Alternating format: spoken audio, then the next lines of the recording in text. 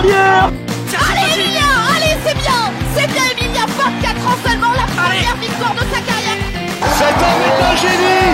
Cet homme est un génie, c'est Mozart sur les skis. Oui, le 5 sur 5 pour Justine Brezan, c'est la folie dans les tribunes. C'était un martin pêcheur, et bien là c'est un martin tireur. Un drôle d'oiseau qui s'envole avec une carabine dans le dos. Il a oublié de mettre des balles dans ses chargeurs apparemment. C'est bien dommage. Bonjour à toutes et à tous et bienvenue pour un nouveau numéro de Biathlon en live, votre podcast 100% biathlon. Nous sommes très heureux de vous retrouver pour le débrief de l'étape de Nové Mesto, 7e étape de la Coupe du Monde 2024-2025. Une étape encore riche en succès français, avec 6 courses au programme, des poursuites, et avant ça des sprints et des relais dames et hommes. Et quel relais, on va y revenir évidemment. Et pour revenir sur cette étape, je suis avec la fine équipe. Alors, je ne sais pas si c'est les meilleurs, mais en tout cas, c'était les seuls disponibles pour faire le débrief. C'est Jérémy, Marine et Aurélie. Salut tous les trois. Salut. Salut Romain, ça fait plaisir. Ouais, t'as aimé cette introduction, Jérémy ? Ah, vraiment, on se sent vraiment choyé. Ouais. Bah, à toi de prouver, Jérémy, que tu fais partie des meilleurs de l'équipe. Ça... Tu as 1 heure pour ça. Bon, vous aviez sorti les Bermudas, les shorts, Marcel, pour regarder l'étape de Nové Mesto, parce que vu la chaleur qu'il y avait là-bas, ouais. C'était presque printanier là. C'était même printanier. Ouais, il faudra en discuter à un moment donné des étapes parce que j'ai peur que l'avenir soit compliqué quand même sur certaines étapes pour l'avenir du nordique, on va dire. Mais ouais. J'ai l'impression que c'était à d'autres endroits aussi comme ça. Enfin, je veux dire, même si sur la période actuelle, même dans des sites plus nordiques, ça, je veux dire, à Trondheim, ça brassait. Auril, toi qui habites à Oslo, c'est quoi le temps là-bas, 2 semaines de Holmenkollen ? Ah bah la semaine dernière, il faisait aussi 12-13 degrés, jeudi, vendredi. Toute la neige a fondu au centre-ville. Après, à Holmenkollen, je pense qu'ils ont quand même un peu chargé. Ils ont fait jouer les canons et la neige quand les températures le permettaient. Il fait un peu plus froid cette semaine, mais je suis pas sûre qu'il reneige. Mais je suis pas passée à Holmenkollen depuis quelques semaines, donc je sais pas s'il y a encore de la neige là-bas. J'irai voir ce week-end, je vous tiens au courant. Ah oui. Tu offres un dernier point. Oui, ouais. je pense qu'ils ont bien fait quand même de mettre Nové Mesto en janvier l'année prochaine. Ça me paraît quand même plus raisonnable qu'en mars. Olympique, Ils vont mettre Nové Mesto en janvier.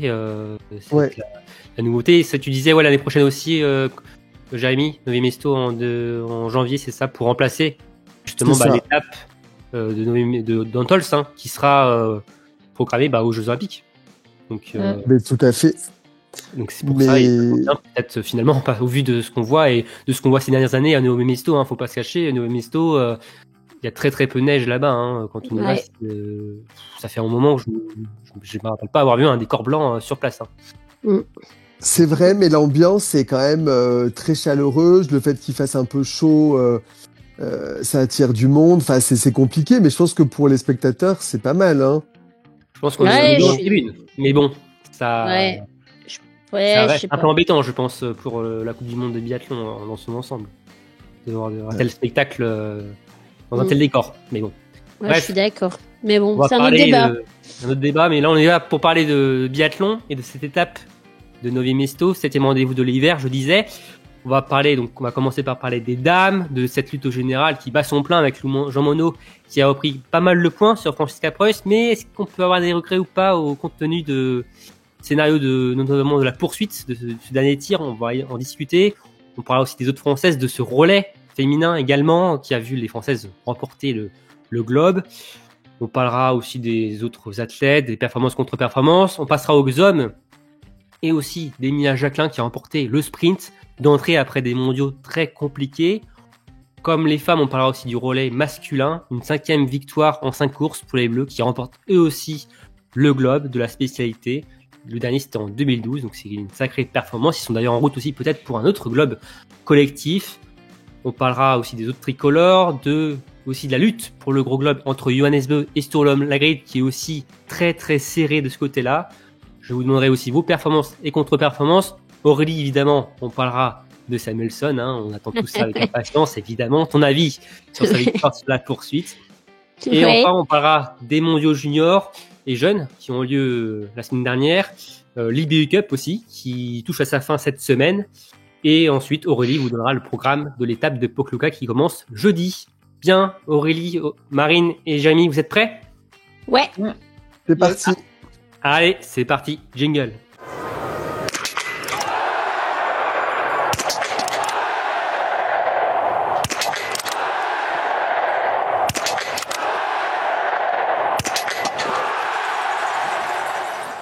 Bien alors, pour commencer, question traditionnelle, hein. Quelle a été votre course de cette étape de Nové Mesto ?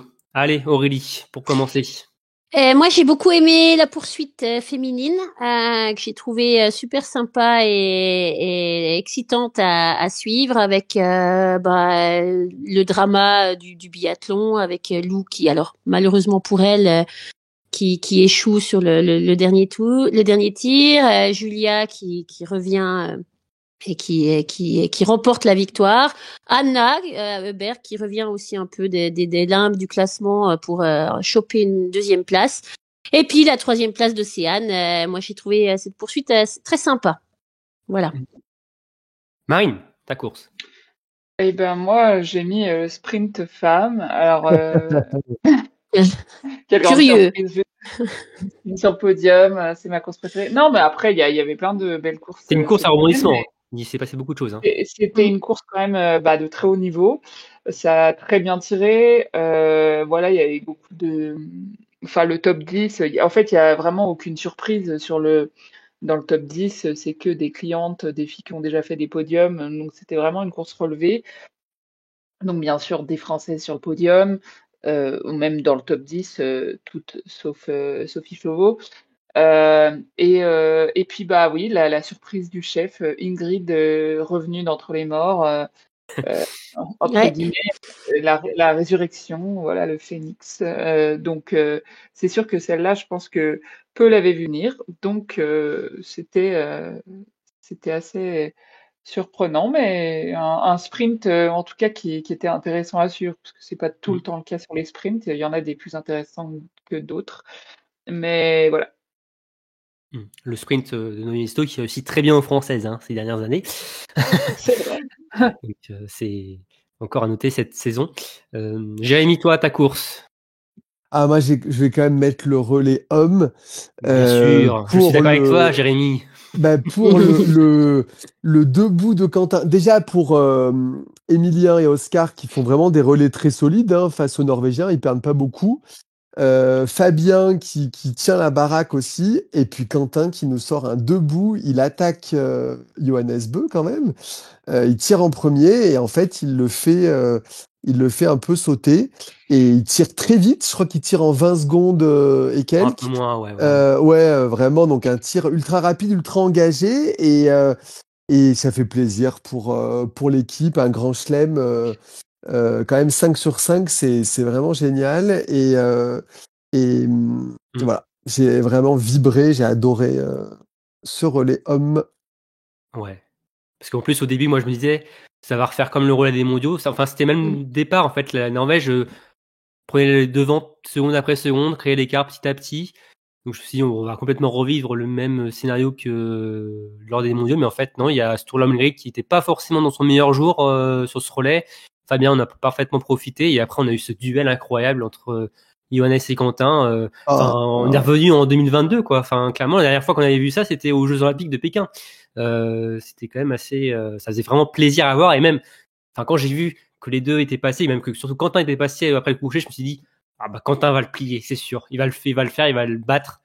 Quentin au debout, enfin et même en relais, Quentin il est incroyable. Franchement faut enfin on n'en parle pas assez, mais Quentin sur les relais, c'est vrai que j'étais pas forcément d'accord avec ce qu'il a dit, le coup de gueule qu'il avait eu avant les mondiaux. Voilà, surtout qu'il était au courant de sa non-sélection. Je trouve que c'est un peu tâche. Mais il faut le dire, Quentin en relais, ça tient tout le temps la baraque, quoi. Enfin, c'est hallucinant. En dernier relayeur. En dernier relayeur. Alors, Emilien a fait des super relais, voilà, il a grandement contribué aux 5 victoires.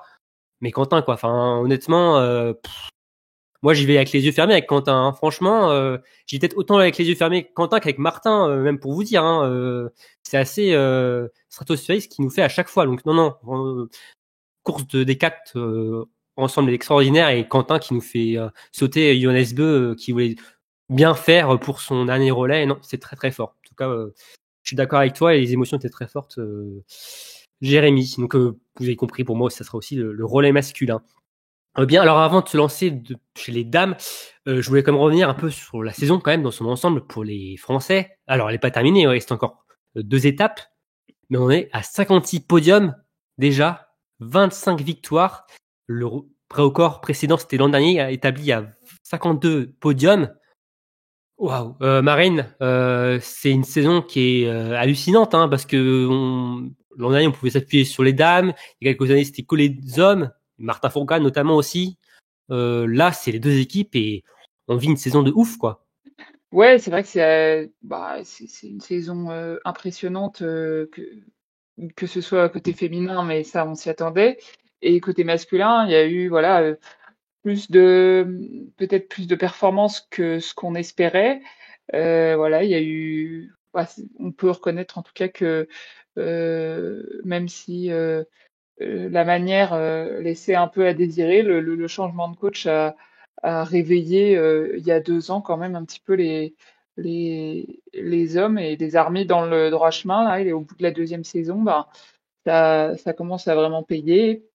On a aussi en face des Norvégiens qui sont un peu moins réguliers que l'année dernière. Il y a quand même une équipe de Norvège qui est certes encore très forte, mais qui, à mon sens, propose moins d'opposition que les années précédentes.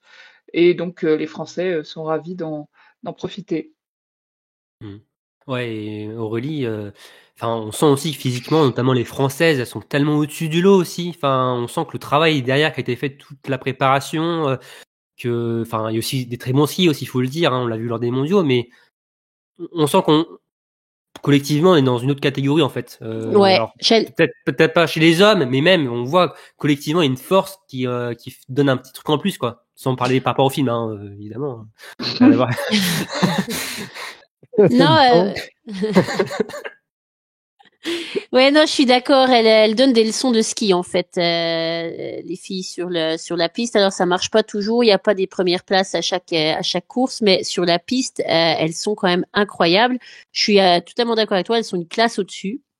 Les hommes norvégiens aussi. Non, on est chez les dames là.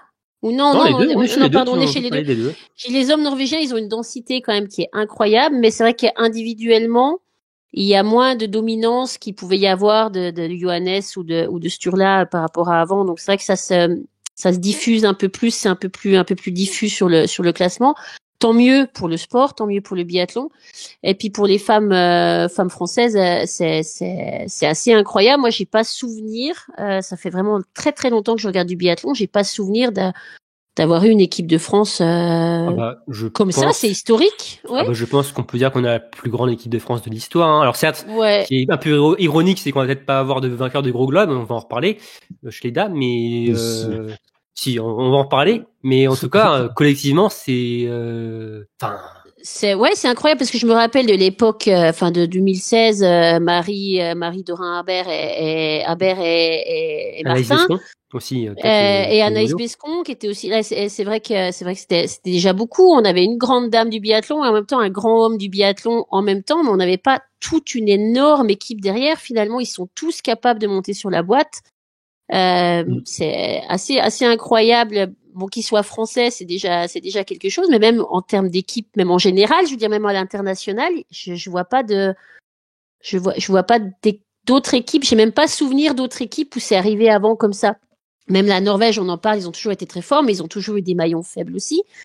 Alors, il y a peut-être eu l'époque quand même avec Martolsbu, Thierry Lecoff, où là on avait quand même 2 équipes. Ouais, ils avaient 2 grandes dames. C'est vrai qu'ils avaient 2 grandes dames. Ils avaient Ingrid en 3e derrière. Mais c'est vrai que nous, j'ai l'impression qu'on a toute l'équipe en fait qui est capable de faire un top 3, un top 5 en groupe comme ça. C'est fou.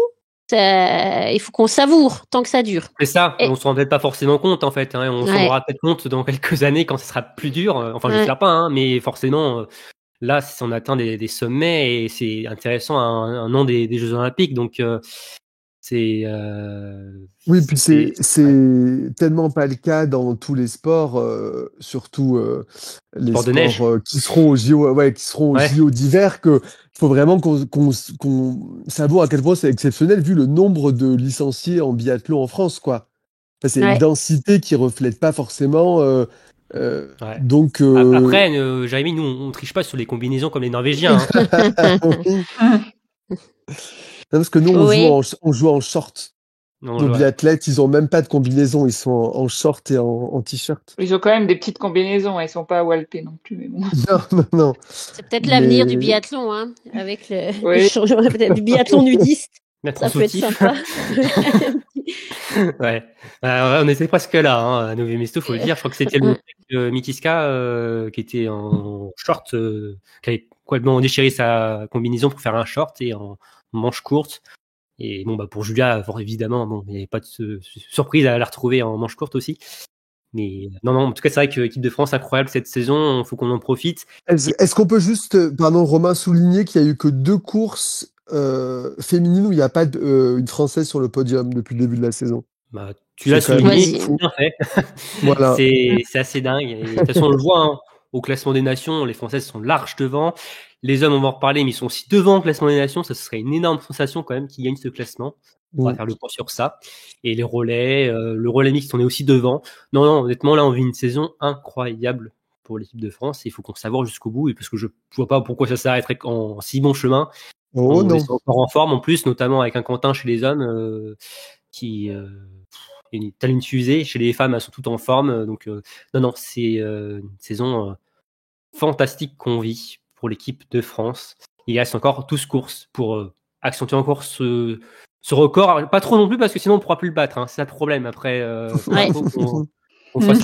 plafond de verre. Voilà. On va pas aller au-dessus. Ouais. Donc, non. Donc on est à 56. Podium, 25 victoires. 60, très bien. Après, ce sera du bonus. Mais non. De toute façon, on n'est pas contre plein de podiums encore, évidemment. Mais bravo à cette belle équipe de France. Bien, alors maintenant, on va après parler de l'équipe de France dans son ensemble. On va parler des dames, des Françaises. On va parler de Lou-Jean Monod, une étape qui a été animée donc par cette lutte du gros globe, hein, forcément, jusqu'à la fin de l'hiver, forcément, entre Lou et Franziska Preuss. On peut dire que c'était un 7e round remporté par la Française, qui est revenue à 36 points de l'Allemande. Elle a repris 56 points sur cette étape de Nové Mesto, donc statistiquement, au niveau du mathématiquement, c'est un bon coup réalisé par Lou-Jean Monod. Mais c'est une belle opération qui aurait pu être mieux, qui aurait pu être meilleure au vu de ce qui s'est passé sur la fin de la poursuite. Je pense que je vous apprends rien, hein, avec ce dernier tir, hein, 2 fautes pour Lou, qui était première, qui était seule en tête, qui allait prendre les 90 points. Malheureusement, elle a échoué donc sur ce tir avec 300 mètres supplémentaires et elle a reculé au 4e rang. Et même en plus, ce qui est regrettable, c'est qu'elle a même pendant la course récupéré le dossard jaune virtuellement, parce que avec Preuss qui en plus était complètement raté, il y avait un très très gros coup à faire. Elle a quand même pris des points, mais c'est peut-être pas le bilan comptable qu'elle espérait au final pour Lou. Vous, comment vous voyez ce bilan de cette étape de Nové Mesto pour Lou? Un bilan satisfaisant ou quand même des regrets après ces courses? Moi, des regrets, je trouve pas. Après, je suis globalement satisfaite et c'est vrai que quand on regarde le scénario de la bataille pour le gros globe l'année dernière, je veux dire, on voit bien que le jaune, c'est lourd à porter et il vaut mieux grappiller un petit peu de points, puisque maintenant avec le nouveau barème, en plus, même une 4e place, c'est pas si inintéressant que ça quand ton concurrent est derrière. Et là, en l'occurrence, Preuss, elle était après le top 10. Donc après le top 10, les points, ils sont beaucoup moins importants. Et moi, je trouve que c'est une excellente opération. Alors certes, on peut se dire oui, elle aurait pu ci, elle aurait pu ça, etc. Mais pour moi, c'est mieux que Lou soit en mode chasse, même si elle, comment, même en mode chasse, ça a été en difficulté, hein. Oui, mais quand elle a porté le jaune, pour l'instant, elle n'a pas, comment dire, répondu présent par rapport à la pression subie. Donc, je préfère qu'elle l'ait pas tout de suite. Après, si elle avait gagné les 2 courses et qu'elle l'avait récupéré, j'aurais pas dit ah non, il aurait mieux valu qu'elle le laisse, etc. C'est les scénarios de course qui font ça, mais je Tu veux être trouve positive. au regard du week-end de Preuss, de la format ski qu'elle montre et de la format ski de Lou, et ben pour moi c'est Lou qui a les cartes en main parce que là Lou c'est quand même on le sait une excellente tireuse. Alors peut-être cette saison on la voit faire des erreurs qu'on la verrait pas faire à l'accoutumée si elle se savait pas jouer le gros globe. Mais pour moi, c'est quand même quelqu'un d'hyper fiable au tir, tout comme Franziska Preuss, mais elle est quand même plus rapide à ski. Et surtout, là, j'ai l'impression que les neiges de printemps vont mieux nous réussir à nous, les Français, en l'occurrence à Lou, qui a l'air en forme encore, alors que Preuss et les farteurs allemands aussi, peut-être, vont jouer un rôle là-dedans, dans le sens où c'est des neiges qui peut-être maîtrisent moins, ou enfin, qui maîtrisent, mais peut-être moins bien que les Français. Donc pour moi, même si Lou n'a pas le dossard jaune, la balle est quand même dans son camp. Jérémy, oui, t'es moi positif aussi? Oui, je suis complètement d'accord avec Marine. Je pense que ça lui va bien, cette position en chasse, pas loin, parce que 36 points, c'est quand même très peu, hein, comme avec ses barèmes. Voilà, il reste 5 courses, donc c'est complètement jouable de grappiller. Et moi, je trouve ça très bien qu'elle n'ait pas le jaune tout de suite et qu'il y ait tous les médias qui lui disent alors c'est bon, c'est fait, vous avez le gros globe. Et là, c'est le meilleur moyen de s'effondrer sur le dernier enchaînement sprint-poursuite, Mastart, qui peut vraiment faire des dégâts. Là, en plus, c'est un individuel. Lou, elle a le petit globe à jouer son individuel, donc elle va être complètement concentrée sur sa course, cette course importante pour elle. Et espérons que ça lui fasse encore gagner quelques points. Et la Mastart du dimanche. Et voilà. Et ce serait parfait qu'elle arrive à Oslo avec juste quelques petits points derrière. Et voilà, et que, comme disait Marine, elle n'est pas ce dossard jaune qui pèse très très lourd au moment de prendre les départs. Moi, j'avoue que j'ai quand même un peu de regret, je vais être honnête. Déjà, en fait, d'ailleurs, dès le sprint, hein, je vous l'avais dit, moi, j'avais un peu de regret sur cette balle sur le sprint qui, déjà, au vu du résultat de Preuss, lui aurait permis de gagner encore plus de points, mais alors sur la poursuite, encore plus, finalement. Et j'ai peur que voilà, elle regrette cette balle en trop parce que certes, elle a fait une faute, il n'y a pas de souci. Voilà, mais la double faute a fait quand même très mal, je trouve. Pour Lou, ça lui fait quand même passer de la première, voire la deuxième, si elle faisait qu'une faute à la quatrième. Et comme l'avait dit Marine, entre la première et la troisième place, c'est quand même des gros points. Donc clairement, ça fait certes 36 points, c'est plus beaucoup, c'est plus grand chose. La dynamique semble connaître du côté de Lou Jean Monod sur cette fin de saison, clairement, notamment physiquement, et sur ces neiges de printemps, oui, elles réussissent plus à Lou et même à l'équipe de France. Mais est-ce qu'il faut s'attendre à un nouveau week-end compliqué de Preuss? Ça, c'est pas sûr. On voit quand même que Preuss, c'est quand même très costaud tout le long de l'hiver. J'ai quelques regrets tout de même, mais bon, peut-être que cette place de chasseuse va mieux la convenir à Lou. Et après, on sait que sur l'individuel qui va être capital, il y a aussi un double enjeu pour Lou. Il y a certes encore le jaune, mais il y a aussi le petit globe de oui, la c'est ça. spécialité. Ouais. Donc, comment ça va être dans sa tête aussi à ce moment-là? Peut-être que de vouloir peut-être juste se focaliser sur le petit globe va peut-être finalement lui faire du bien aussi. Je sais pas, peut-être c'est une pression moins pesante, mais est-ce qu'elle va réussir à faire abstraction du jaune? Pas certain non plus. Donc c'est vrai que cette étape de Pokluka, va être très très capitale sur 2 courses one shot, j'ai envie de dire, un individuel où tout peut aller bien comme tout peut basculer dans le moins bien. On sait avec une faute, une minute de pénalité, et la Mastart aussi, l'enchaînement de cette course, ça peut être aussi assez costaud. Donc ouais, j'ai des regrets quand même, je vais être honnête, sur cette étape de Nové Mesto, mais on va retenir le positif, c'est que Lou a repris pas mal de points. Et quand on se souvient qu'au Grand Bornand, elle avait 213 points de retard sur Preuss. Alors j'ai pas réécouté notre débrief du Grand Bornand, mais je pense qu'on était en train de se dire ouais, ok, c'est pas fait, mais bon, ça sent quand même bien parti pour Preuss, malheureusement pour Lou. Là, aujourd'hui, on en est qu'à 36 points d'écart. On les prend clairement pour Lou. Et il reste encore 5 courses. Il reste encore combien 450 points encore en jeu. Donc c'est quand même encore largement jouable. Et on voit que... Ouais, je suis d'accord aussi avec Marine, que je pense que Lou a les cartes en main. Et on voit que même si Preuss est régulière, si Lou gagne, Lou va reprendre des gros points et peut passer devant. Donc c'est quand même une très belle opération de la Française. Aurélie, tu penses que c'est Lou qui a les cartes en main pour ce final? Je pense qu'elle a les cartes en main dans le sens, elle sait ce qu'elle a à faire. Elle doit faire des bonnes perfs sur tu disais qu'il restait 5 courses. Sur les 5 courses, après, ça dépendra aussi. Là, Preuil, sur ce week-end-là, semblait quand même accuser le coup de la saison. Alors, est-ce que c'est définitif? Enfin, est-ce que ça va être pour les 2 prochaines étapes aussi, ou est-ce que c'était un week-end de moins bien? C'est un peu compliqué. Enfin, moi, en tout cas, je sais pas dire. Il y a aussi cet effet-là, quoi. Après, moi, je pense qu'elle a les cartes en main dans le sens, elle sait ce qu'elle doit faire. Il suffit qu'elle performe plus ou moins bien toutes les courses qui lui restent. Plus que moins même, et puis il faudrait aussi que Preuss que Preuss nous fasse pas 5 victoires ou 5 premières, deuxième place pour les 5 courses qui restent aussi, quoi. Ce qui est rassurant, c'est qu'on sent que celle qui a son meilleur niveau, c'est Lou en fait. Voilà, c'est ça aussi qui est rassurant d'un côté. C'est vrai. C'est vrai que c'était là aussi, on a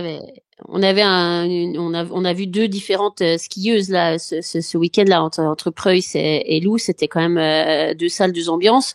Mais bon, Preuss, est-ce que c'est un coup de mou ou est-ce que c'est vraiment la saison? On est un peu dans l'inconnu avec Preuss. Ouais, on ne sait pas ce que ça va donner sur une saison entière. Enfin, on l'a déjà vu il y a quelques années, mais là, pour jouer le gros globe complètement. Puis on l'a rarement vu une saison entière en fait. Donc est-ce que là elle est au bout du rouleau, on va dire, ou est-ce qu'elle en a encore sous les pattes, je sais pas. Ça va être vraiment intéressant, comme tu dis, ça va être la prochaine étape va être vraiment intéressante pour le coup, voir ce qui peut arriver. Enfin, comment ça va se passer entre les deux. Mais j'ai quand même confiance en Lou. Moi j'y crois. 36 points, c'est pas grand chose. Tout est possible, et moi j'espère qu'en fait on va vraiment arriver à un duel jusqu'à la dernière course, non mais vraiment, parce que c'est ça aussi qui est sympa, c'est vraiment que la dernière course on la prenne avec les tripes, quoi, à savoir qui va gagner et qui va remporter le gros globe. Je suis d'accord. Si elle arrive avec 89 points d'avance, Lou, sur Preuss. Ouais. Non. Mais bon. 36 points, comme tu le disais, et pour rappel, si Lou gagne une course et que Preuss est 3e, c'est 25 points de repris. Donc clairement, pour vous dire que ça peut être très vite dans le sens de Lou, cette histoire.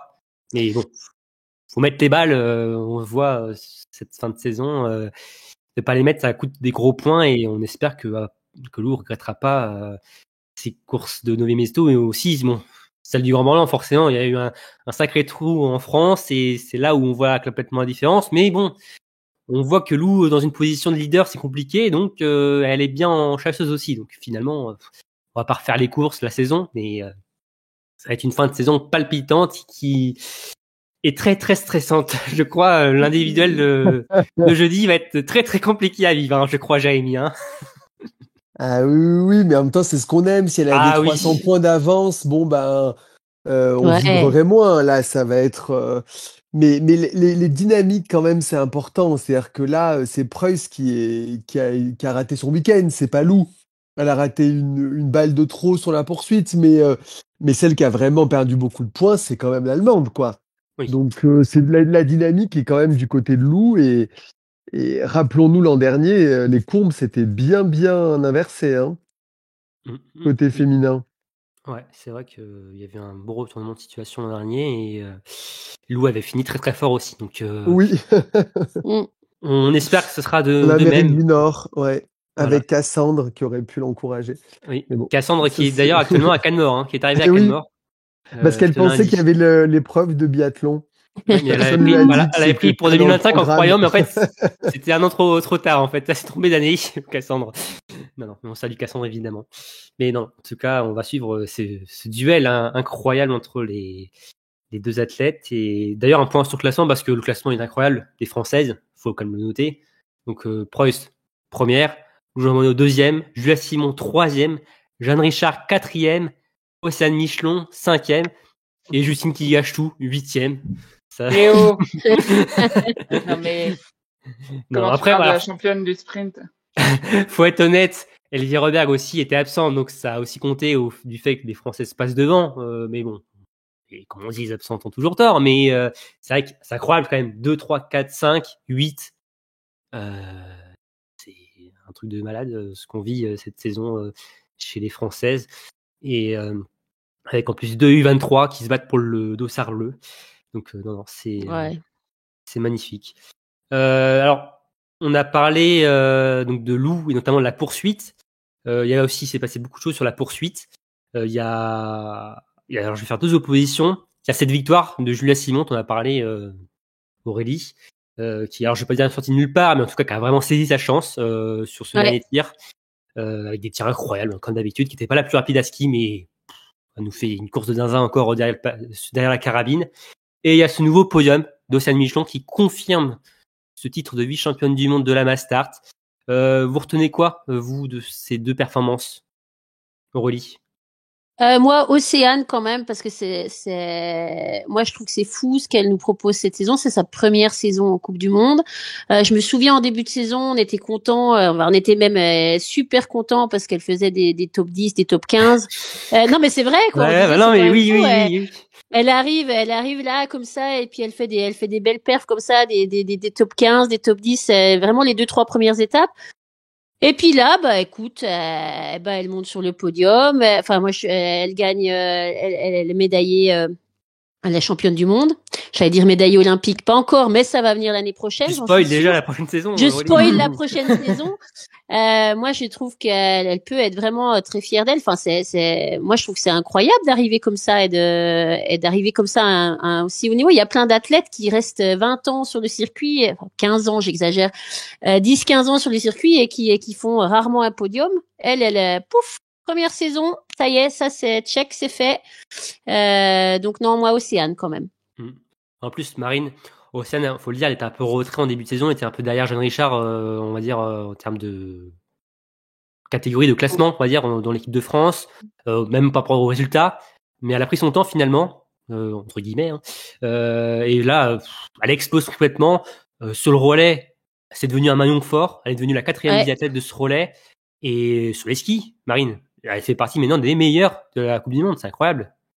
Ouais, sur les skis, elle est sixième plus rapide de la Coupe du Monde. Alors, on va dire même 5e, parce qu'il y a, dans le classement, il y a Idaline, mais il a fait 11 courses et Océane en a fait 20, mais en gros... Je pensais que tu allais enlever Lampitch.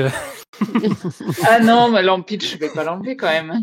Non, en gros, qui va plus vite qu'elle, Lou, Elvira, Justine et Lampitch. Voilà, c'est tout. Surtout sur cette fin de saison où clairement... La fin de saison, là, au début de saison, elle était rapide, mais on savait qu'elle pouvait faire plus que ça. Et la fin de saison, là, on a l'impression que plus... On ne savait pas qu'elle pouvait faire ça, là. Ouais, plus les courses s'enchaînent, plus elle progresse. Clairement, l'expérience emmagasinée lui va à merveille et elle prend... toute une nouvelle dimension. J'ai l'impression, que le fait d'avoir fait ce podium sur la Master des Mondiaux, déjà c'est son premier podium, mais en plus c'est aux Mondiaux, donc elle a cassé un plafond de verre et je sens une autre sérénité sur le pas de tir. Alors elle avait fait 8 sur 10 sur le sprint, mais bon, en tout cas, mais sur le pour relais, moi, sur le relais, elle a fait un très beau relais. Et par rapport à Jeanne, je dirais que maintenant, elle a l'avantage, puisque Jeanne est très fiable au tir, mais sur les skis... le temps de tir aussi. on l'a vu tirer très très rapidement sur la poursuite. Oui, Ça m'a je regardais justement et j'étais assez impressionné, ouais. Mais sinon, Et, globalement, on va dire, mais c'est quand oui, même plus lent. sur le temps de tir, le temps de ski, donc on sait que Jeanne est très fiable, mais par contre, si ça commence à sortir une balle, ça la renvoie déjà un peu plus loin. Surtout, j'ai l'impression que sur cette fin de saison, elle paye un petit peu l'addition sur les temps de ski. Mais voilà, la lutte pour le dossard bleu va être intéressante. Pour le dossard bleu, alors il y a 2 points seulement d'écart entre Océane et Jeanne, toujours en l'avantage de Jeanne. Hein. Mais c'est vrai que la dynamique est clairement à l'avantage d'Océane Michelon. On n'oublie pas quand même Céline Grossian qui est juste derrière, qui a combien 27 points de Jeanne Richard. Donc c'est aussi une grosse cliente, l'allemande. Mais c'est vrai que la dynamique actuellement est clairement du côté d'Océane Michelon pour ce dossard bleu et finir dans le top 5 du général de la Coupe du Monde, ce qui est complètement fou quand on y pense. En début d'hiver, personne n'aurait misé sur quelque chose comme ça, comme pour Jeanne d'ailleurs. Hein, c'est assez dingo de les voir toutes les deux dans le top 5 du général pour le moment. Et c'est une saison incroyable pour Océane Michelon. On a parlé d'Océane. Jérémy quand même. Julia. Bah oui. Encore un week-end incroyable, la Nové Mesto. Hein. Oui, qui est un peu en difficulté. On le voit sur le sprint, elle arrive avec beaucoup de retard sur son coucher. Je me dis, oulala, elle est pas en forme, etc. Et elle s'en sort toujours parce qu'elle a ses temps de tir et puis elle a une intelligence de course qui est quand même toujours remarquable. Et sur la poursuite, elle fait un 19 et elle va chercher encore une victoire sans être, parmi les meilleurs temps de ski. Ouais. Non, elle écrase pas, mais elle vraiment, elle a un mental, elle s'accroche vraiment, et c'est quand même magnifique de voir. Mais toutes les Françaises qui vraiment s'arrachent toujours, elles finissent toujours, pareil pour Justine ou d'autres, mais vraiment elles finissent au bout d'eux-mêmes, alors qu'elles jouent pas le général ou qu'elles mais elles donnent tout sur la course, et ça c'est un exemple, je trouve, vraiment vraiment beau. Et scène très sympa de Julia sur le relais, qui a pas voulu dépasser l'Ukrainienne pour qu'elle finisse la course. Tout à fait, ouais. Ça notait quand même. Qui a beaucoup célébré le relais. Je sais pas si ça énerve un peu les gens. Après le pas de tir, après son debout. Moi j'aime bien, mais moi aussi, je sais pas comment c'est ressenti. C'est peut-être un poil beaucoup, les méga drapeaux et je check tous les membres du staff. Je sais pas ce que vous en pensez. Je me demande si c'est pas un peu trop. C'est un peu arrogant, tu veux dire, ou un peu. Je sais pas, le côté je m'arrête derrière la ligne, je salue, je moi, check, j'adore, je machin. Ouais, non, mais moi j'aime bien, mais même si c'est pas des Français, hein, j'aime bien, quoi. C'est que, enfin, en relais, au final, c'est toujours celle qui finit qui fait ça, quoi. Donc. Ah bah oui, oui. Faut tourner, allez. Faut faire tourner, mais bon. Donc. Non, je sais pas. Vous aimez bien, ouais. Non, je sais pas comment c'est ressenti par les autres nations. Moi, je sais que c'est pas le truc que je préfère, et surtout enfin, après, si le drapeau à la fin, j'aime bien. Il est de plus en plus gros, le drapeau. Mais le fait de s'incliner sur le pas de tir, tout ça. Alors déjà, moi, je trouve ça un peu bizarre que ce soit pas retoqué par avec la carabine. l'IBU, parce que quand tu t'inclines, le canon se retrouve face au public, face au. Ça, c'est vrai. Ça, je comprends pas. Alors que on a fait chier Justine, qui avait fait aucune erreur de sécu, et on l'avait disqualifié le relais. Et là, c'est différent de faire coucou, de truc le point, mais de s'incliner, d'en faire des caisses. Et en plus, il y a cette histoire de sécurité, moi, qui me dérange un peu. On va dire que je suis rabat-joie. Question sécurité, je suis un peu d'accord avec toi, Marine. C'est vrai que. Mais même, moi, je trouve que c'est peut-être un peu trop. Mais bon, en tout cas. Après, c'est aussi une question de caractère. En fait, faut pas le faire tout le temps, quoi. Si c'est sur les mondiaux, c'était compréhensible. Sur les mondiaux, ça me. Faut dire que la course des mondiaux, en plus, c'est vraiment une masterclass. Une masterclass, voilà, c'est ça. Une masterclass où, enfin, voilà, bon, c'est. Bah, ça le tient aussi un peu sur le Nové Mesto, hein, tu me diras. Oui, mais Oui, je ça sais reste pas, une Coupe du Monde. les mondiaux, c'était encore. Enfin, je sais pas, il y avait plus d'écart. Ouais. Parce que Bon, après, ouais. c'est bon. Moi, personnellement, ça m'a pas choqué, mais je peux comprendre un peu ton débat, Jérémy. Par rapport à ça, c'est vrai qu'en Coupe du Monde, on voit pas tout le temps autant d'euphorie, on va dire, sur Oui, mais un justement. relais. Mais après, ça m'a pas choqué tant que ça de voir. Je pense que Johannes aussi aurait fait de même. D'ailleurs, en plus c'était son dernier relais, donc bon, ça aurait été plus compréhensible. Oui, mais il a pas pu, il était sur l'anneau. Ouais. Voilà. Mais non. Bon, après, non, moi, ça m'a pas choqué tant que ça. D'ailleurs, juste en termes de choc, pour revenir un peu à Océane, alors il y a eu ce débat là qui est né par rapport au fait qu'Océane osait faire le sprint à Le Jean Monod sur la poursuite. La honte. Non, mais on est d'accord que bon, il y a pas de, c'est normal. Enfin, il y a pas, voilà, il fallait le faire. Je comprends même pas Bah qu'il oui. y ait des réactions par rapport à ça. Et puis, je veux dire, connaissant Lou et de toute façon connaissant tous les compétiteurs, personne n'a envie qu'on le laisse gagner. C'est aucun compétiteur, enfin aucun sportif n'aime gagner parce qu'on l'a laissé passer devant. Alors, si à la dernière course, voilà, j'allais en venir. il y a un point d'écart et c'est entre la 7e et la 8e place, des places sans intérêt. On joue le jeu de l'équipe en laissant passer. Ça non, mais ce serait normal. Là, ce serait cool. mais là, je veux dire, c'est avant tout un sport individuel. Lou joue le gros globe, mais Océane, elle a ses propres performances à faire. Donc, je veux dire, et je pense que Lou, elle est, enfin voilà, pour elle, elle a perdu le sprint, et puis elle aurait pas aimé que Océane la laisse passer devant ça. Je pense que c'est pas du tout dans son caractère. Donc, non, mais puis ça aurait été totalement antisportif. Enfin, moi, j'aurais détesté non, voir ça. Ah oui. Les Allemands, je pense qu'ils auraient vachement gueulé, je pense. Ah ouais, c'est totalement antisportif. J'aurais détesté, j'aurais pas été. Mais alors après, je suis d'accord sur une dernière course. S'il y a un truc à jouer, et ça s'est fait, hein, les Norvégiens l'ont fait. Les Suédoises, Marine, en 2022 sur la Mastart. Ah oui, voilà. Alors là, le message n'était pas bien passé. On les remercie d'ailleurs. Merci. Les Français l'ont fait aussi, hein, à compter les places, à combien il faut de place entre Johannes et Martin pour qui ça s'est fait tout ça sur une dernière course, mais en cours de saison, ça c'est impossible. C'est des courses individuelles.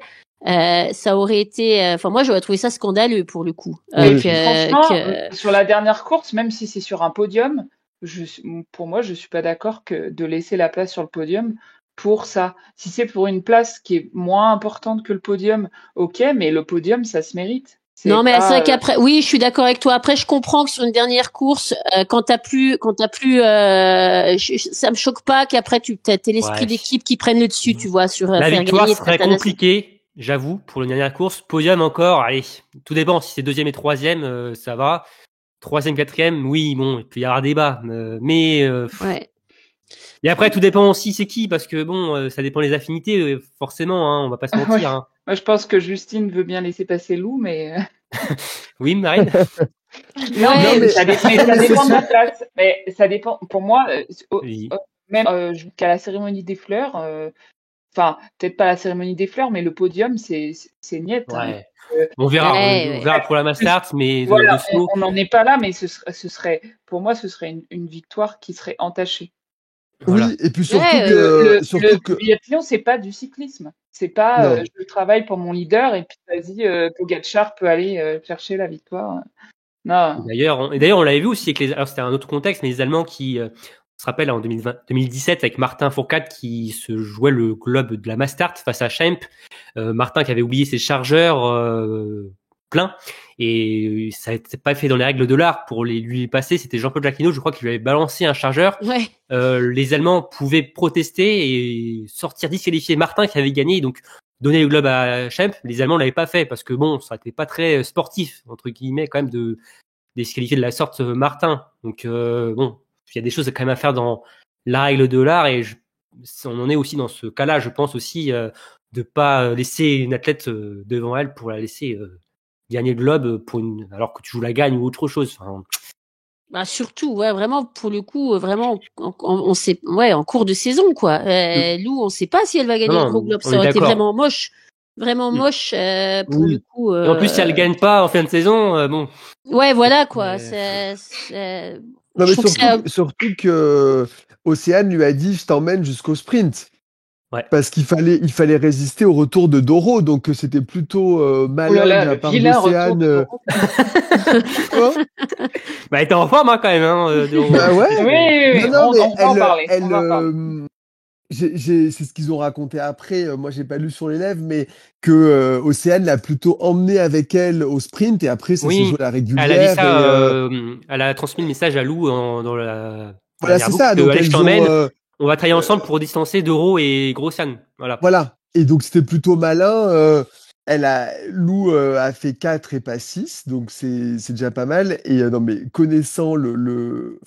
voyant un peu le tempérament de Lou, elle aurait détesté que l'autre s'arrête et lui dise vas-y d'abord. Enfin, c'est tellement pas son style que mais c'était inconcevable. Après les gens sur X ou autres sont vraiment à côté de la plaque. De toute façon, Lou, si elle était énervée, c'était contre elle-même après cette course. Oui, mais par contre, elle réagissait sur le fait que les gens ont encore été scandaleux sur ils ont insulté Lou suite à la poursuite, etc. Les parieurs, c'est encore la même chose. C'est les parieurs sportifs. Déjà pas mal parié, de ça déjà. Oui. Non, mais du coup, elle a vraiment bien montré sur le relais que c'était une excellente biathlète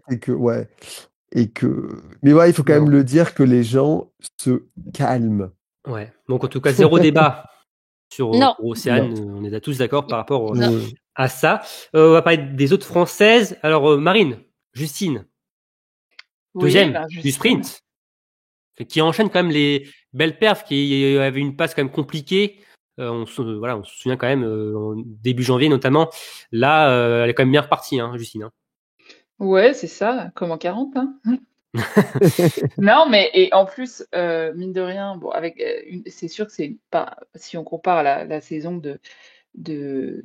la dernière saison, c'est le tir, c'est plus compliqué. On sent qu'il y a plus de tension, etc. Mais là, sur cette étape, j'ai trouvé que derrière la carabine, elle avait une attitude qu'on a vu déjà sur les mondiaux.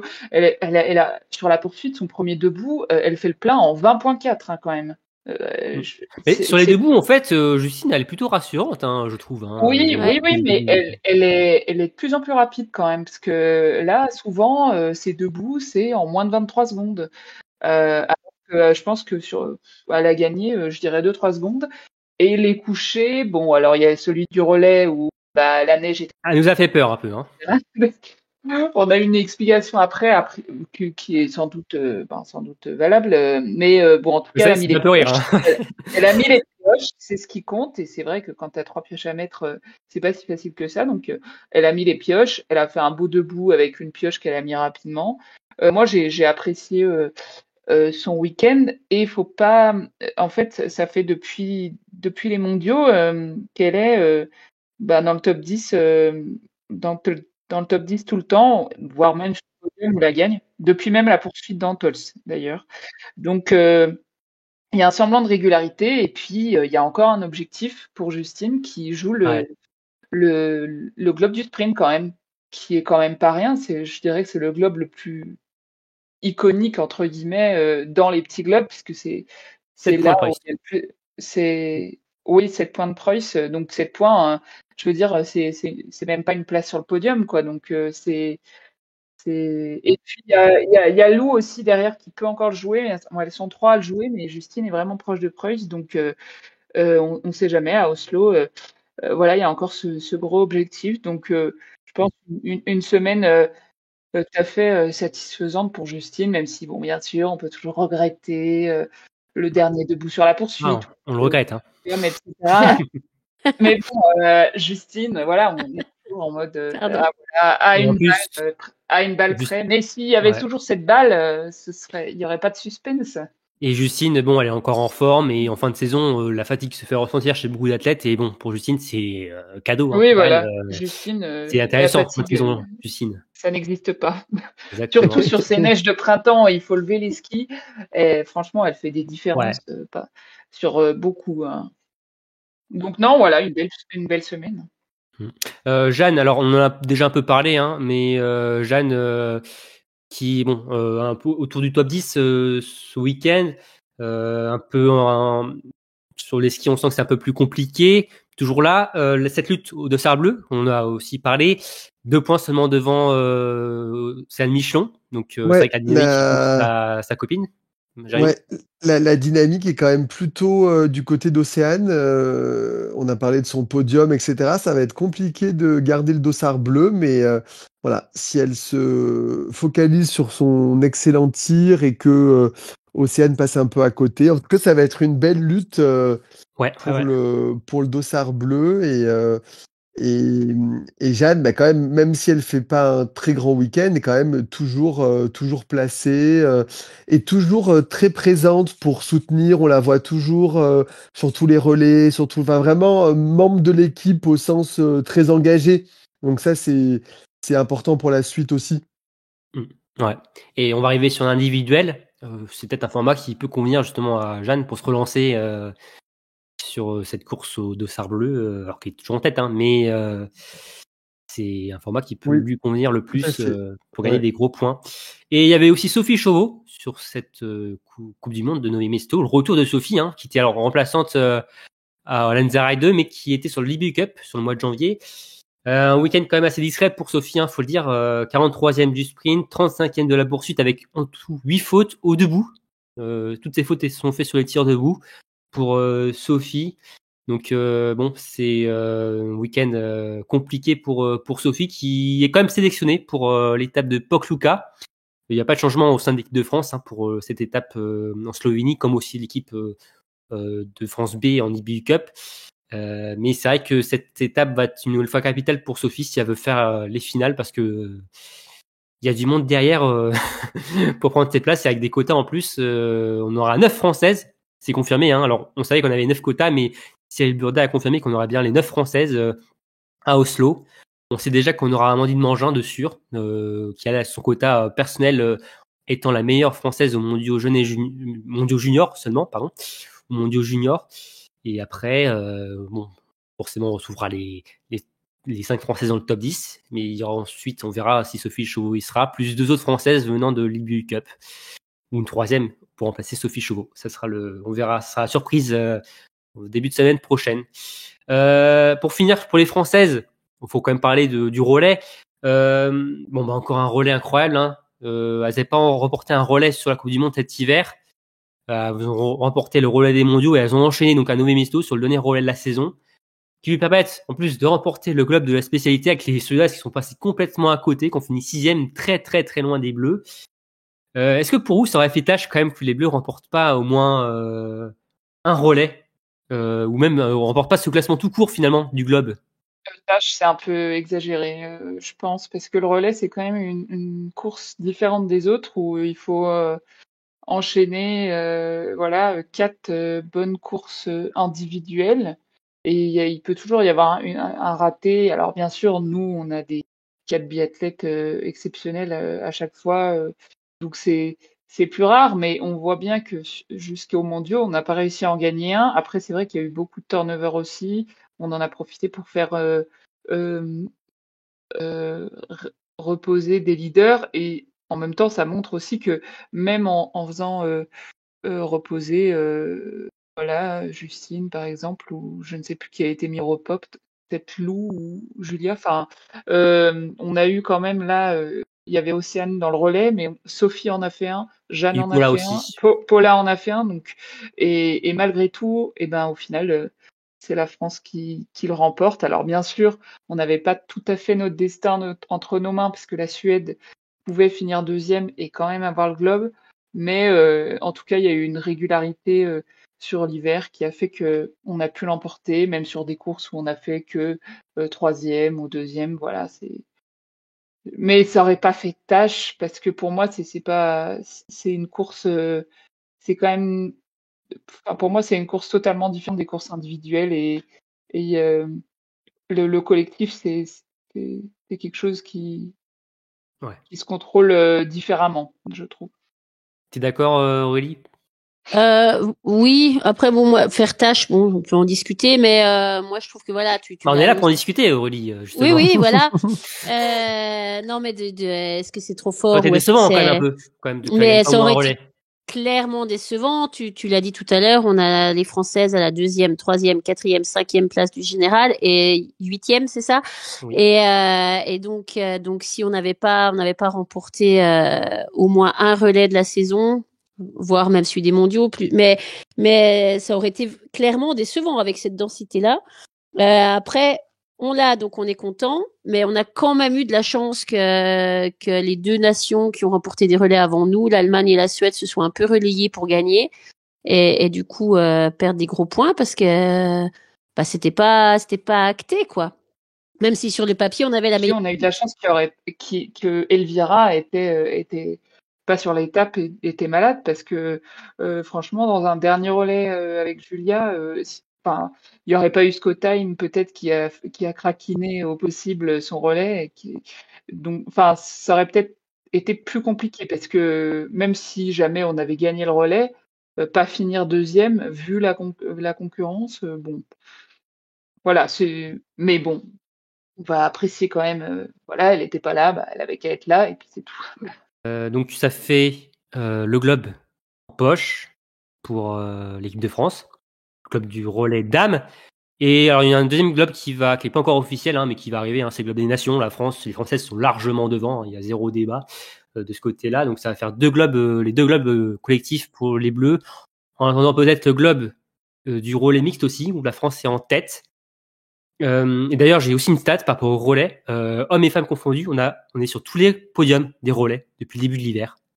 On a été sur tous les relais, on n'a pas loupé un seul podium. Il ne reste plus que 2 relais, ceux donc de Pokluka, relais mixte et relais mixte simple. Ce serait quand même assez historique. On monte sur tous les podiums cette saison quand même.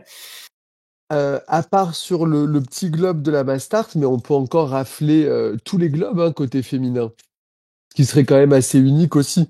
La Mastart, on est un petit peu loin, mais le reste c'est pas mal parti, donc ce serait quand même aussi une saison. Ouais, la Mastart c'est un peu compliqué, mais encore que.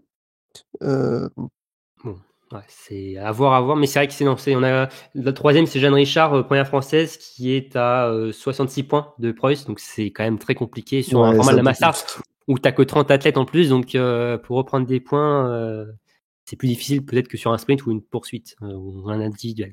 Donc, Et le globe des nations, c'est symbolique, ça a pas une portée autre. Ah si, c'est les quotas. Ça permet de donner des quotas. Ça donne des quotas pour la saison prochaine? Ouais. Oui.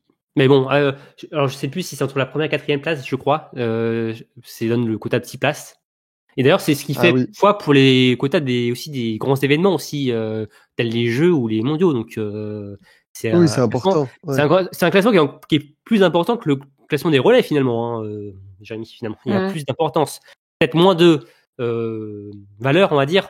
Il parle plus le classement du relais, mais le classement des nations est quand même très parlant et on va le voir avec les hommes quand même. Si le Français le gagne ce classement, c'est quand même une énorme performance. Oui. Mais de toute façon, c'est maximum 4 biathlètes sur les JO, donc ça bougera pas. Non, malheureusement, on pourra pas avoir 9 Françaises. Oui. Il n'y a pas d'extra quota pour les champions ou des trucs comme ça, non? Il me semble pas, je crois pas. J'avoue que là, on verra ça l'année prochaine. Oui. Ouais, j'ai feuilleté la partie des mondiaux, des quotas, pas des jeux encore. Malheureusement. Non, je crois pas. Il faut s'y mettre, ça arrive. Ouais, oui, on va prendre un peu de repos, Jérémy, après la saison, s'il te plaît. Bien, alors maintenant, on va parler des autres athlètes. Et il y a une athlète quand même qui s'est mise en évidence, c'est Ingrid Tendrevold, qui est quand même au fond du trou, Aurélie, faut le dire, depuis 1 an. D'ailleurs, depuis les mondiaux de Novi Mesto. Les mondiaux de Lonside, ça a été très compliqué aussi. Et là, d'ailleurs, elle nous fait le même coup que l'an dernier. Elle avait remporté la première course après les mondiaux. Au Moncton, elle avait remporté l'individuel. Là, remporte le sprint. Alors, à la surprise générale ou pas, Aurélie? Ah oui, quand même. Bon, après Marine, peut-être pas pour elle, mais quand même, si elle a la surprise générale, sauf Marine, elle était au fond du trou, puis un grand trou, bien profond. Au-delà même même sur l'extra sportif, quoi, au niveau de la santé, au niveau de tout ça, c'était quand même une année très très compliquée. Et donc la voir arriver comme ça, moi Ingrid, je la voyais plus dans le game. Moi, je pensais même que c'était actuel qu'elle arrête la saison, même qu'elle parte en vacances dès maintenant et qu'elle revienne en forme la saison prochaine. Et puis elle me donne tort, elle remporte le sprint. Ça a marché moins bien après sur la poursuite, mais bon, elle montre qu'elle est quand même là. Et ça fait quand même vraiment vraiment plaisir à voir. Moi je trouve que c'est jamais chouette de voir une sportive de ce niveau-là dans la galère comme elle a pu l'être. Donc il faut dire aussi qu'elle avait pensé arrêter, raccrocher complètement cet hiver. Elle était tellement mal. Du cœur, hein. Ouais. Puis même après de voir qu'en revenant ça marchait pas, elle s'est dit mais est-ce qu'en fait je devrais pas arrêter le biathlon complètement. Donc non, vraiment contente. J'espère qu'on la verra plus la saison prochaine. Alors Marine, apparemment toi tu étais sûre qu'elle allait gagner, c'est ça, si je comprends bien? Non, elle a gagné, non. Mais j'ai eu une vision comme quoi elle allait performer. Que moi je suis visionnaire sur les phénix qui renaissent de leurs cendres. J'en fais pas trop du tout. Non, mais je sais pas pourquoi, je l'avais mis dans mes pronos effectivement sur le podium, pas gagnante, mais je me suis dit tiens, là elle a touché le fond, hop, elle va remonter. Et c'est ce qui s'est passé. Et c'est en fait c'est le biathlon, c'est ça qui est bien, c'est que même sur une seule course, tu peux arriver à aller chercher quelque chose. Alors que sur le reste de la saison, tu as été très en difficulté, mais c'est vraiment ce sport. Ça, c'est la grande force. C'est pour ça qu'on l'aime, non? Oui, voilà. Oui. On s'y attendait pas et pouf, elle arrive. Mais en même temps, on va pas dire que c'est une surprise qu'elle ait gagné parce qu'on sait qu'elle a le potentiel, mais c'est une surprise qu'elle gagne maintenant après toutes ces galères, etc., etc. Donc c'est une surprise dans le timing, mais elle a juste fait une course à son niveau. Alors, on voit une athlète étrangère nous prive du triplé, on se dit oh mince, c'est Ingrid Tendrevold. Ça nous donne le sourire, hein. Ouais, quand même. Ça va. Elle est content. On va dire que si on doit choisir une athlète pour nous priver d'un triplé, ça peut être Tendrevold parce que bon, je pense qu'on apprécie tous cette athlète, donc ça nous fait tous plaisir de la revoir. Bon après, c'était un peu plus compliqué pour elle après sur la poursuite. On voit que le chemin est encore long pour retrouver une régularité, mais son relais est pas mal. Oui, son relais est bien, par contre. Oui. C'est intéressant parce que les derniers relais de Ingrid Tendrevold étaient assez compliqués. Là, elle a tenu la baraque, mais sur la poursuite, c'était quand même plus difficile. Mais là, elle a plus rien à jouer, donc elle a juste à se faire plaisir, à se rassurer sur cette fin de saison, en fait. Donc c'est pas le même cas que l'an dernier, oui. Voilà, tout est positif, quoi. Tout est bon à prendre là sur ce fin de saison. Toutes les courses positives, en tout cas. Ça la remet dans les bonnes la bonne piste. Ouais. Alors, on est déjà à 1 heure de chez les dames. Alors, j'avais une autre question pour vous, mais on va la passer dans les. Je pense on peut la passer dans les performances et contre-performances. Aurélie, alors ta performance, c'était Tendrevold, hein, je crois. Ouais, c'est ça. Ta contre-performance, on en a parlé un peu déjà. Donc c'est Preuss, c'est qui est un peu décevante, un peu décevante sur ses courses individuelles. Qui perd beaucoup. Ouais. Marine. Alors, par rapport à la question précédente, ta performance, toi, c'est Doro Vireur. Oui, voilà, Doro, qui fait 2 top 10 cette semaine, qui était plutôt en forme sur les skis. Voilà, c'est bien de l'avoir performé quand on sait qu'elle a volontairement pas arrêté sa carrière pour pouvoir aller jusqu'au jeu de Milan Cortina. Voilà, c'est long quand même. Ça semble pénible pour Doro quand même. Ouais, mais tu vois, je pense que elle est. Enfin, moi, ce serait pas déconnant si elle arrive à avoir encore ce niveau correct. C'est pas déconnant qu'elle aille chercher une médaille. Ça reste Doro, hein. Elle a pas gagné de globe pour rien. Hein. Ça me paraît pas impossible. Ah oui. C'est le bluff italien. Elle bluffe, elle va tout claquer au JO, tu vas voir. Ouais, je sais pas, mais en tout cas. Genre, je vais à Paris, je vais au jeu de Paris, tout ça, je suis en touriste, mais à la bam, dans 2 ans après, je dégomme tout chez moi. J'espère pour elle qu'il y aura, que voilà, en tout cas, je pense que ça la rassure vachement de faire comme ça certes, elle monte plus sur les podiums, mais c'est pas improbable qu'elle en fasse un d'ici la fin de saison, hein, on sait jamais, hein. Faut vraiment bien tirer, mais en tout cas, peut-être sur des courses à 4 tirs, voilà, en faisant un bon enchaînement de sprint poursuite, ou peut-être même sur un indiv, c'est peut-être un peu long, une Mastart, enfin, on sait jamais. Voilà, Doro, c'est quand même une grande championne et on espère l'avoir performé. Elle perd bien à Antols aussi, hein, Doro. Oui, elle le connaît par cœur ceci. Donc, de toute façon, Doro, même si elle est moins en forme, on regarde où elle est dans la start list parce que ça reste Doro. Donc, c'est une athlète qui va aussi beaucoup nous manquer d'ailleurs après les Jeux Olympiques.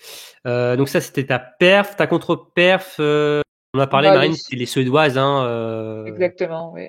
Voilà, les Suédoises sur le relais, parce que bon. Sinon, d'ailleurs, c'est la même contre-perf que Jérémy, notamment avec Scottheim qui nous fait un relais difficile. Un peu difficile. Et ta perf, on n'a pas parlé encore, Jamy, c'est Anna Heuberg. C'est vrai qu'Anna Heuberg a signé son premier podium de l'hiver sur la poursuite. Oui, ça fait quand même plaisir aussi, voilà, sans sa sœur, mais là, qui a réalisé une très belle course. Je crois qu'elle fait 19, un beau 19. Et puis je rajoute Lisa Teresa Hauser qui fait 5e du sprint et qui revient un peu aussi en cette Entre les morts, comme Thierry Marine. Oui, elle était dans le ventre mou. Et là, elle reprend du galon. Ouais. Notre amie autrichienne. À 18, une beau 18. Mais c'est vrai. À Hauser, quand même 12e du général. C'est vrai qu'on se demandait comment elle faisait pour être dans ce top 15 précédemment. Là, c'est vrai que on la retrouve dans ce top 10. C'est vrai que ça fait 2 ans où c'est compliqué pour l'Autrichienne, qui avait fait quand même de très belles saisons, qui avait même été championne du monde de la Mastart, Marine, Pokluka. Oui. C'est quand même. Oui, elle a fait des très bons mondiaux. Il y a 3 saisons de ça, je crois, c'est ça. Bah non, il y a 4 ans. Il y a 4 ans. Ah ouais, putain, ça. 3 ans, c'était les Jeux Olympiques. Oui, c'est ça. Mais en tout cas, oui, elle avait connu, on va dire, un état de grâce pendant une saison où elle avait fait beaucoup de podiums. Elle avait perfé sur les mondiaux et depuis, c'est beaucoup plus compliqué, notamment sur les skis. Donc voilà, c'est une athlète qu'on voit depuis, qui est sur le circuit depuis un moment. Donc c'est toujours sympa de l'avoir perfé et de mettre le biathlon autrichien un peu sur le devant de la scène. C'est Lisa Hauser qui, revient un peu sur le devant de la scène sur Nové Mesto. On verra si ça se poursuit sur cette fin de saison. Bien, maintenant on va passer aux Français. Et on va parler de Docteur Emilien et Mister Jacquelin. Je pense que ça lui va bien, non, comme surnom. Oui. Parfait. Ouais. Je trouve que ça lui va bien parce que avec Emilien, on sait jamais à quoi s'attendre. Et on a eu du très très bon pour Emilien, faut le dire, à Nové Mesto. Qui était malade en plus, comme Émeric Perrault, mais qui a remporté ce sprint. Aurélie, quelle réaction d'Emilien après, je le disais, c'est mondiaux compliqué. C'est un peu peut-être comme Tendrevol, on l'a peut-être pas forcément vu venir, mais en même temps, c'est du Emilien Jacquelin en fait. Bah, Emilien, je l'ai quand même plus vu venir que Ingrevol. C'est l'accent norvégien, ça, c'est ça. J'ai fait un mix. Je l'ai plus vu. Enfin, je suis moins étonnée par Emilien parce que finalement, Emilien, il avait pas de soucis comme Ingrid, on va dire. Mais c'est vrai que c'est assez typique d'Emilien finalement où il peut avoir une période comme ça. Dans le mou, une mauvaise période, et puis d'un seul coup, il nous prend une victoire. Moi, j'ai envie de dire, c'est Emilien. Je pense que ce sera jamais l'homme d'une saison complète. Par contre, il fera beaucoup d'éclats comme ça et des beaux podiums, des belles courses. Moi, c'est aussi un type de biathlète que j'aime bien. Ce genre de biathlète assez un petit peu flamboyant, à surprise. Ouais. Et donc, il l'a dit, que mentalement c'est compliqué d'être 300% sur toutes les courses. Il l'a avoué. Ouais. Il a du mal à être concentré sur le pas de tir sur toutes les courses. Sur toute une saison. Il peut être un peu décevant dans un sens où on se dit, allez, il a le talent pour jouer toute une saison, mais clairement on sent que c'est compliqué pour lui. Et, voilà, de toute façon c'est comme ça depuis pas mal d'années. Et on va pas se mentir, ça fait plaisir quand même de voir ces succès des miens qui se font toujours avec panache, même sur des sprints. Avec panache, et puis il y a un côté quand même assez sympa avec Emilien, et je dirais même un peu avec Justine aussi, je les rapproche un peu sur ce coup-là. C'est qu'en fait tu sais jamais quoi. Ils prennent la course et tu sais pas ce que tu vas. Il y a pas. Non mais c'est vrai. Moi j'aime bien. Il y a ce côté-là. Alors qu'est-ce qu'on va avoir aujourd'hui? Il peut y avoir des grandes périodes où il y a vraiment du pas bon, des courses kata, et puis d'un seul coup comme ça, ils arrivent l'un comme l'autre, et puis ils te font la course, des courses de roi quoi, ou de reine pour Justine. Et moi j'aime bien ce genre de biathlète là aussi, à surprise, à caractère, à personnalité. Comme en fait, Emilia, c'est une boîte de chocolat en fait, c'est ça. C'est ça, c'est une boîte de chocolat, exactement. Et c'est sympa. Ils sont humains en fait, juste c'est clairement dans le profil. Oui, je comprends pourquoi tu les rapproches. Ils sont, c'est pas des machines. Et les sportifs, c'est très difficile d'être une machine. Et clairement, Emilia, on le sait. Justine, on sait qu'effectivement qu'elle peut être dans le dur. Après, c'est un peu différent d'Emilien dans l'approche quand même. Mais non, ils sont pas pareils en termes de personnalité. C'est pas ce que je voulais dire. Mais en tout cas, quand ils font une perf, ça éclaire moi je trouve que ça éclaire ça frappe quoi, c'est frappant je trouve. La course, moi la master de Justine sur les mondiaux de Nové Mesto, mais c'est juste une course. T'es pas objective aussi, Marine, faut le dire. Objectivité, 20 sur 20, meilleur temps de ski, enfin je moment. Quand ils gagnent. C'est un peu tout noir, tout blanc en fait, avec c'est ça. Ouais, c'est ça. Il n'y a pas de gris. De toute façon, voilà. Donc, on sait pas forcément quand les attendre, mais quand ils arrivent, ça fait toujours plaisir. Ouais. Et après, on l'a vu que c'était compliqué sur la poursuite. Avec Thierry qui était malade, ils étaient vraiment pas en forme, donc c'est compliqué de faire une analyse. Ils étaient pas sur le relais aussi. Mais c'est vrai que ça fait plaisir de revoir Emilien après ces mondiaux hyper compliqués. Et Emilien reprend la 3e place au général, qui était pour à la place Eric. Et surtout, il se relance totalement pour le globe du sprint. Il n'est qu'à 17 points de Johannes Beu. Ça peut être un très bel objectif pour Emilien, là, avec Johannes qui se bat pour le globe, le gros globe. Justine d'ailleurs, c'est marrant. Hein. Ouais, oui, on en parlait tout à l'heure, exactement. Et 17 points, donc clairement, ça va se jouer donc sur le sprint d'Oslo. C'est un très bel objectif pour Emilien Jacquelin. On verra ce qui se passe, mais s'il gagne ce globe, ce serait quand même une très belle performance pour Emilien, parce que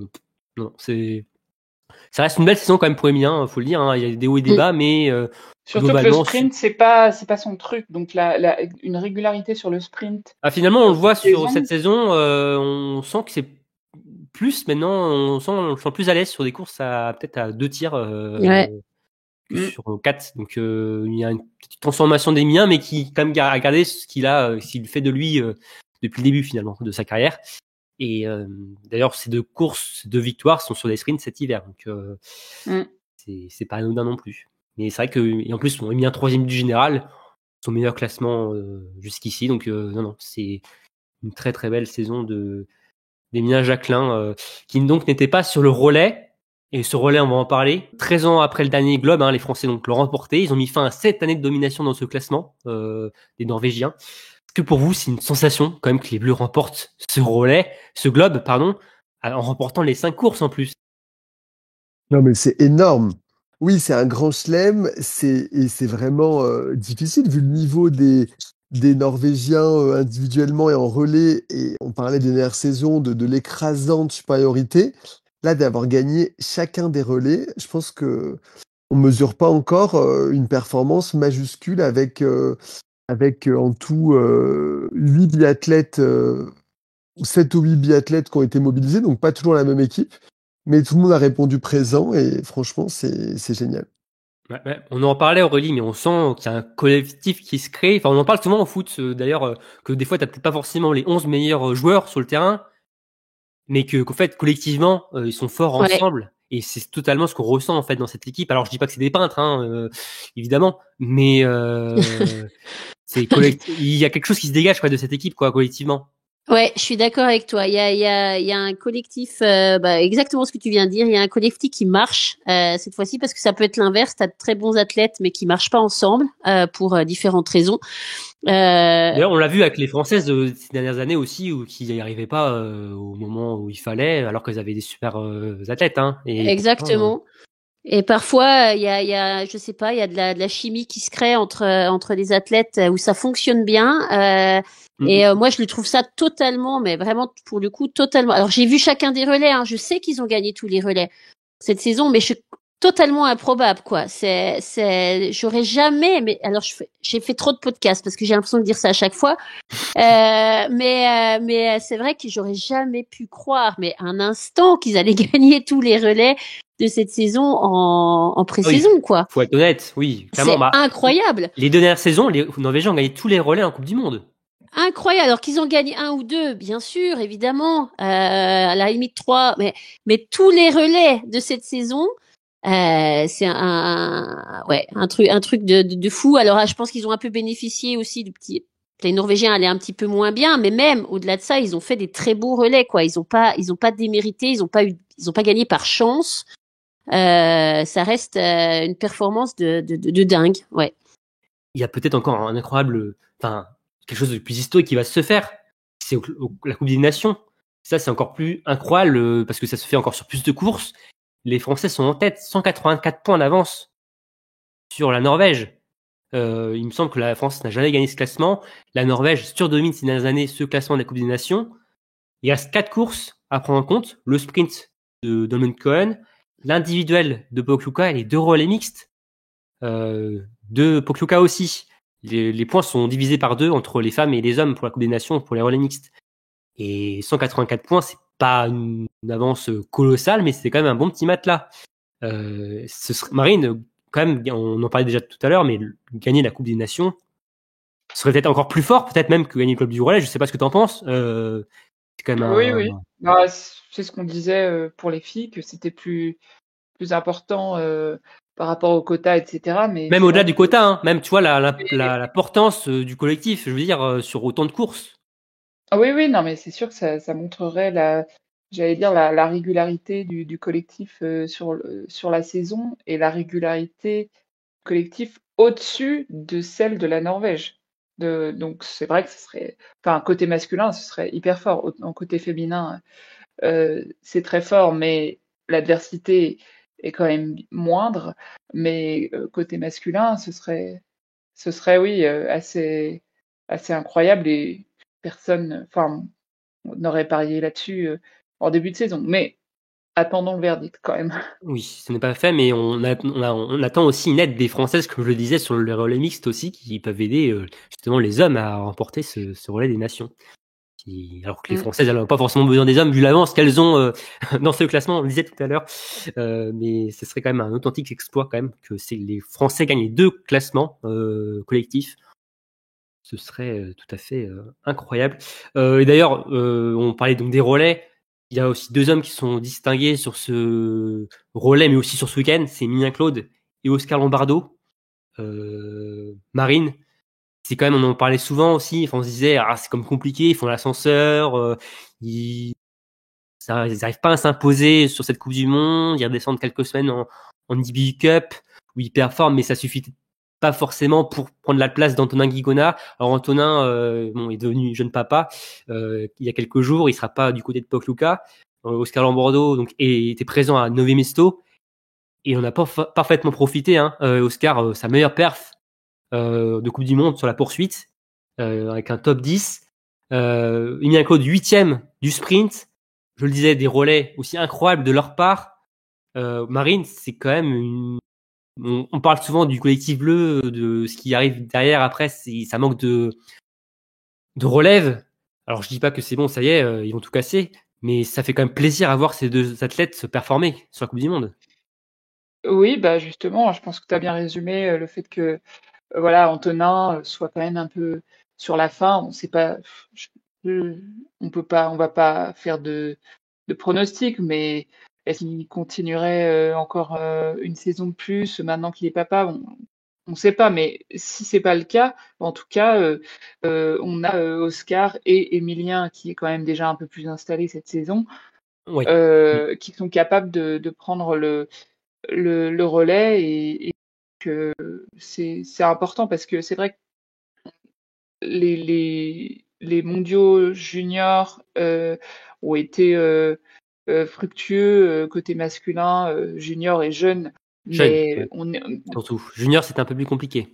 oui, enfin, en tout cas, il y a un petit peu en dessous quelques profils qui se dégagent, voilà, pour prendre la place, mais on parle je pense, d'une Olympiade au moins, donc, enfin, de 3-4 ans pour arriver à maturité à minima, et sachant que l'équipe masculine est, même sans Antonin, on est quand même beau avec des trentenaires. Voilà, Fabien va avoir 31 ans, Quentin 33, Emilien 30.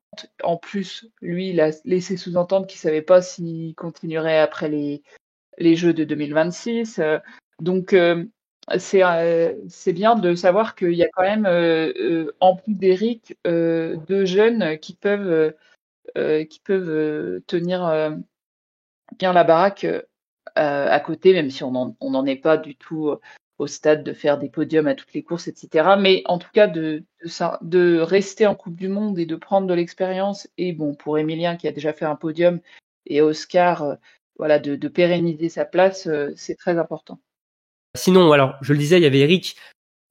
C'est compliqué de faire un bilan du week-end d'Eric. Alors, quand même, super. Il nous fait une 4e place sur le sprint, en n'étant pas en forme. Il était encore moins en forme sur la poursuite. On le sentait vraiment vidé physiquement. Il a quand même tenu la baraque, mais il finit 11e.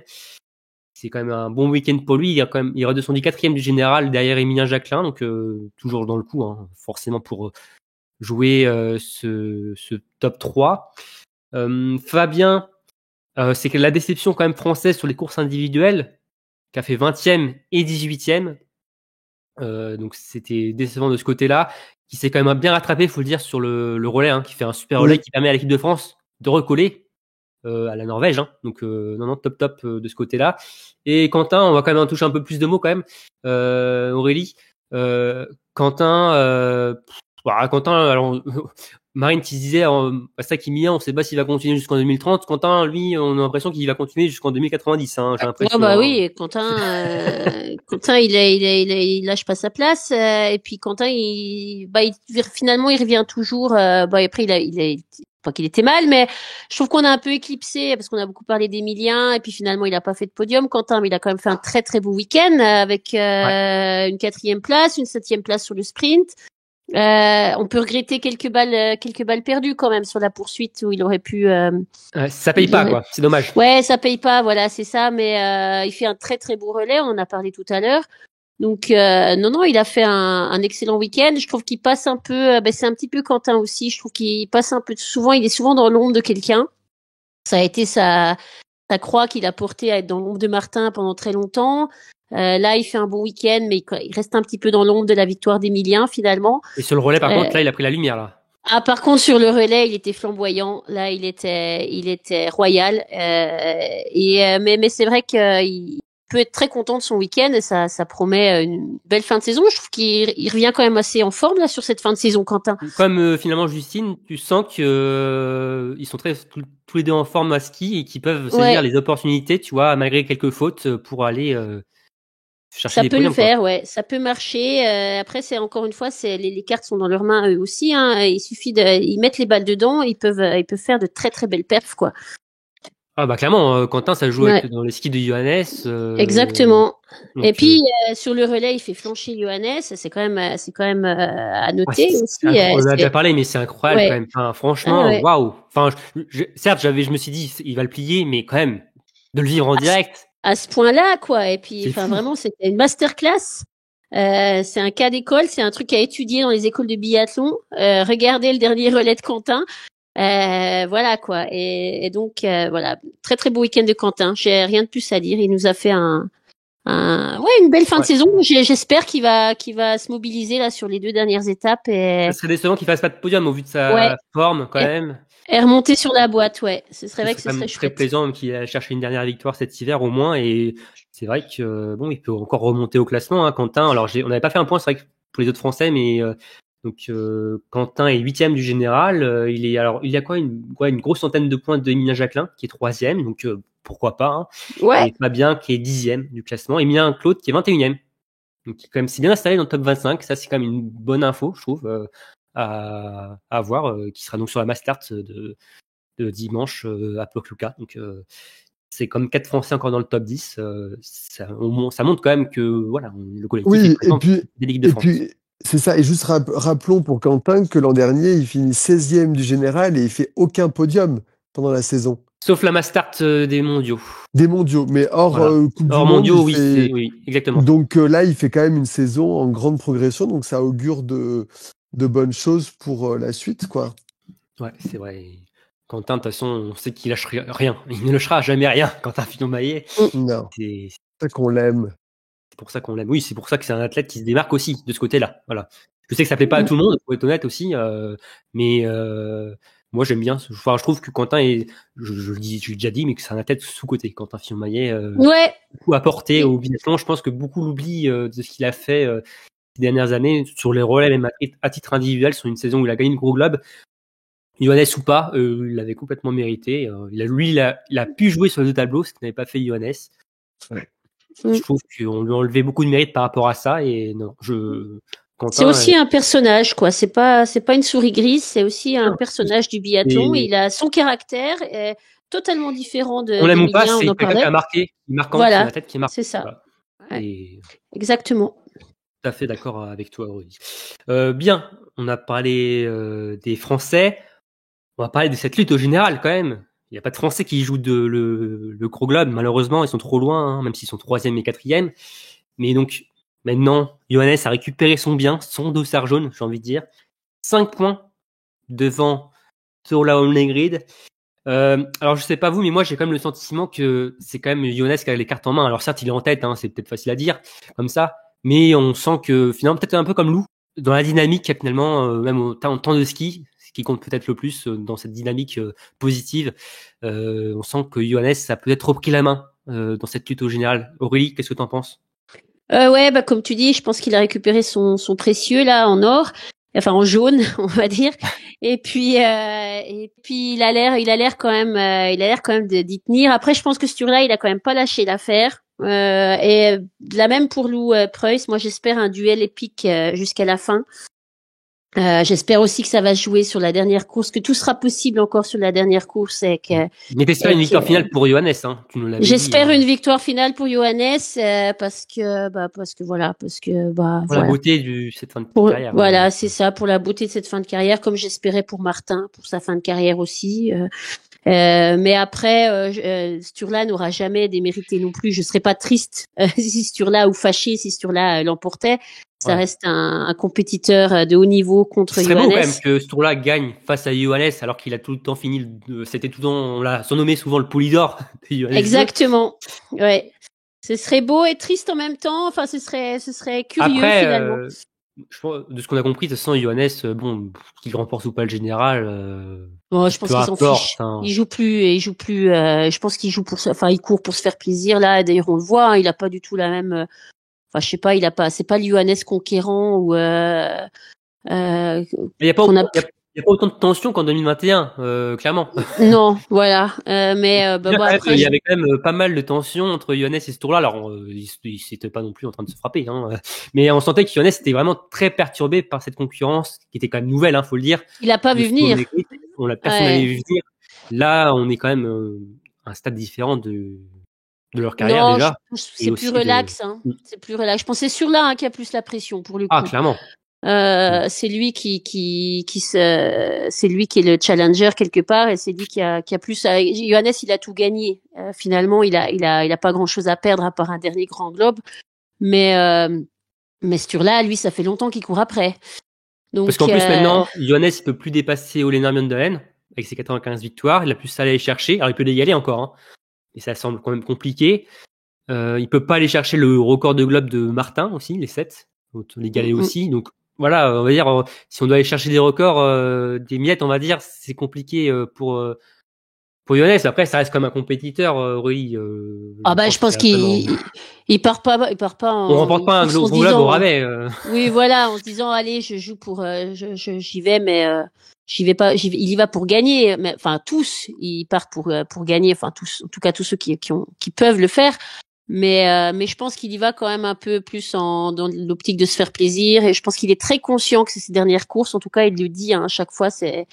Il lui dit, c'était mon dernier sprint à Nové Mesto, c'était mon dernier relais à Nové Mesto. Ils l'ont dit pareil aux mondiaux. Chaque course, c'était ma dernière course des mondiaux. Et donc, je pense qu'ils y vont plus dans l'optique de se faire plaisir. Et en revanche, ils sont très, très sollicités, par le public et tout ça. Ils l'ont dit souvent aussi, là, depuis qu'ils ont annoncé leur retraite. Ils sont énormément sollicités. Par la presse, mais aussi par le public qui les arrête, qui veulent avoir un dernier autographe. C'était marrant, ils disaient qu'en Tchéquie, leur livre, les ventes avaient explosé juste avant l'étape à Nové Mesto, parce que tout le monde voulait un autographe des deux frères pendant l'étape. Donc le plus celui, les ventes ont explosé de leur livre qu'ils ont écrit à deux. Et ils ont dédicacé leur livre pendant tout le week-end en fait. Donc je pense que voilà, ils sont dans l'optique profitons. J'espère que les Finlandais n'avaient pas acheté un livre de Martin pour Couchsurfing vu que ça a été fait sous Covid. C'est un peu décevant. Mais non, mais ouais, c'est vrai que ça va être une fin assez riche en émotions et on imagine que à Moncton, ils ont dû faire le stock des paquets de mouchoirs. Oh, arrête, m'en parle pas. Ouais, je pense. Mais par contre, je pense qu'il y aura une fête. Je pense qu'il y aura. Ouais, il y aura une cérémonie, je pense. Ouais, je pense qu'il y aura vraiment une fête. D'ailleurs, Holmen Cohen avait déjà fait une fête, ne serait-ce que pour Marie Dorin, par exemple. Il y avait une espèce de grosse fête parce qu'elle avait l'année d'avant. Elle a été décorée d'une. Si. De la ville Oslo, je crois, ou quelque chose comme ça. Ouais, elle avait eu un prix d'honneur. Il y avait eu des grandes aulas dans les tribunes. Enfin, c'était pas pour marquer la grande dame des mondiaux d'Oslo que c'était. Et là, on parle de Marie Dorin, donc les frères Beu, à mon avis. C'est pas rien. Ça va. Un peu de respect pour Marie quand même. Hein. Et c'était marrant les deux petites mascottes là. Oh, mais sont moches. Oh là là. Ouais, mais ça ressemble à rien. Hein. Ah, moi j'aimais bien ce petit dossard jaune là sur la petite mascotte. Ah oui, non. Ah oui, les petites mascottes, oui. Oui, les petites moi je parlais des grosses mascottes, moi. Ah non, je pensais les petites pour les frères Beu, justement, où ils ont essayé de faire des petits clins d'œil et je trouve que c'est sympa parce qu'en fait ça passe super vite. Là, il leur reste 2 étapes et mais justement, je me demande comment ils vont gérer le week-end à Oslo entre les médias, la course au gros globe, l'émotion, quoi. Il y a une conférence de presse déjà prévue avant l'étape. Donc déjà, je pense que ça va tirer avec les larmes aux yeux. C'est difficile de tirer quand t'as les yeux embués. Moi, je pense que ça va être soit flamboyant où ils vont tous les deux monter sur le podium, nous faire un dernier podium, soit ça va être une cata parce qu'ils vont être tellement non, mais vraiment, la mass start peut être, tout dépend après, peut-être par rapport au gros lab aussi, Aurélie, pour Johannes. Peut-être, mais je pense quand même que ce sera dans l'émotion, la dernière course à domicile. Enfin à domicile, en tout cas dans leur pays. Je pense que les tribunes vont quand même être très très à encourager les frères Beu. Je pense quand même que l'émotion va être tellement forte que je sais pas si ça va les porter ou finalement finalement les enterrer. Je sais pas, c'est à voir. Ça va être. Je pense que ça va être compliqué à gérer finalement, mais je pense qu'ils seront dans l'optique de c'est ma dernière course. Je vais en profiter quoi. Et puis si je finis 25e, je finis 25e. Ce sera de toute façon sous la tribune sera avec eux, quoi. Ils seront pas hués. Tu vois ce que je veux dire? Même avec 55e place. Qui peut oser huer, Johannes Beu, Tarjei Beu, non, mais ils seront acclamés, quoi qu'il se passe, ils seront forcément acclamés, sur leur dernière course, l'un comme l'autre. Donc ça va être chouette, ouais. Mais j'ai pas hâte. Mais ça va être chouette. Bon, ça sera dans 2 semaines, ça, Aurélie. Moins de 2 semaines, même, maintenant. Donc, je sais. Ça va être riche en émotions, mais en tout cas, on va déjà s'attarder sur Pokljuka et cette lutte au général avec Johannes Beu et Sturla Mlered. On va voir comment ça se passe sur cette étape. Alors, Aurélie, je vais te laisser la main. Faut en parler, hein. Faut en parler. Ton chouchou. Alors mon chouchou, mais je l'aime bien en vrai, hein, mais parce que première victoire de la saison. Exactement. D'ailleurs, apparemment, il a parlé de toi à la télé suédoise. Alors, je comprends pas le suédois, donc je sais pas trop ce qu'il a dit, mais apparemment, il avait fait une dédicace pour toi, Aurélie. Je parle donc de Samuelsson, qui a remporté la poursuite. CB. Première victoire de l'hiver. Forcément, je pense qu'on n'est pas les seuls à avoir pensé à toi quand il a gagné. Qu'est-ce que tu peux nous dire sur cette victoire? Alors, après, moi, je l'aime bien, CB, parce que, encore une fois, c'est aussi un personnage du biathlon. C'est un caractère, c'est quelqu'un qui passe pas inaperçu finalement dans ses victoires comme ça, dans ses échecs qui ont été finalement assez nombreux cette saison. Mais il est quand même revenu d'entre les morts des mondiaux finalement, où il a fait quand même des mondiaux quand même catastrophiques. Une cata aussi bien en collectif qu'en individuel finalement, ça a pas marché. Et puis voilà, je regrette, mais vraiment, parce qu'il y a eu tellement de choses dans les médias cette semaine qu'il n'y a pas eu d'après course de la NRK après le biathlon. Il y avait trop de choses qui se passaient sur les mondiaux de ski de fond, enfin de nordique. Mais j'aurais tellement adoré qu'ils viennent à la NRK et qu'ils commencent à se moquer des Norvégiens et leur dire voilà, je l'aime ma victoire, alors ils sont où les Norvégiens? Et je pense qu'il est déçu lui-même. Il l'aurait tellement fait en plus. Mais il l'aurait tellement fait. Mais vous êtes où là? Et je pense que c'est le premier déçu. Mais moi aussi j'étais déçue. Mais après une victoire de CB, alors il l'a attendu cette victoire. Après c'est un très grand biathlète CB, ça n'a rien d'étonnant qui remporte une poursuite. Oui, c'était la poursuite, oui. Oui. Et donc non, moi ça m'a fait plaisir, j'aime bien cette petite rivalité Norvège-Suède. J'espère que ça va. Et de France, on aime ça aussi. Et de France aussi, ouais. Maintenant que la France est dans le game, en plus, ils sont les trois là maintenant. Enfin, on aime suivre ça. C'est France-Norvège et Norvège-Suède. Et y a pas trop encore France-Suède. J'espère que ça va venir. Ce petit coup de couteau là, un petit peu dans le dos, ce petit triptyque là. J'espère, c'est quand même rigolo. Voilà. Donc bravo CB. Chapeau bas. Beau week-end. On pourra parler du relais après si tu veux. Ah bah voilà, plein. Bon, il est pas pour grand-chose. Hein. Non, c'est pas sa faute. Il a fait un beau relais en plus. Enfin, un beau relais. Il n'avait pas grand-chose à jouer. Voilà. Non, mais non. Bravo à CB pour son. Bravo à CB. Chapeau bas. On en reparlera. On fera un point forcément sur Pokljuka, Aurélie. Hein. On est toujours un point CB de toute façon. Petit point CB. Ça marche. Point traditionnel.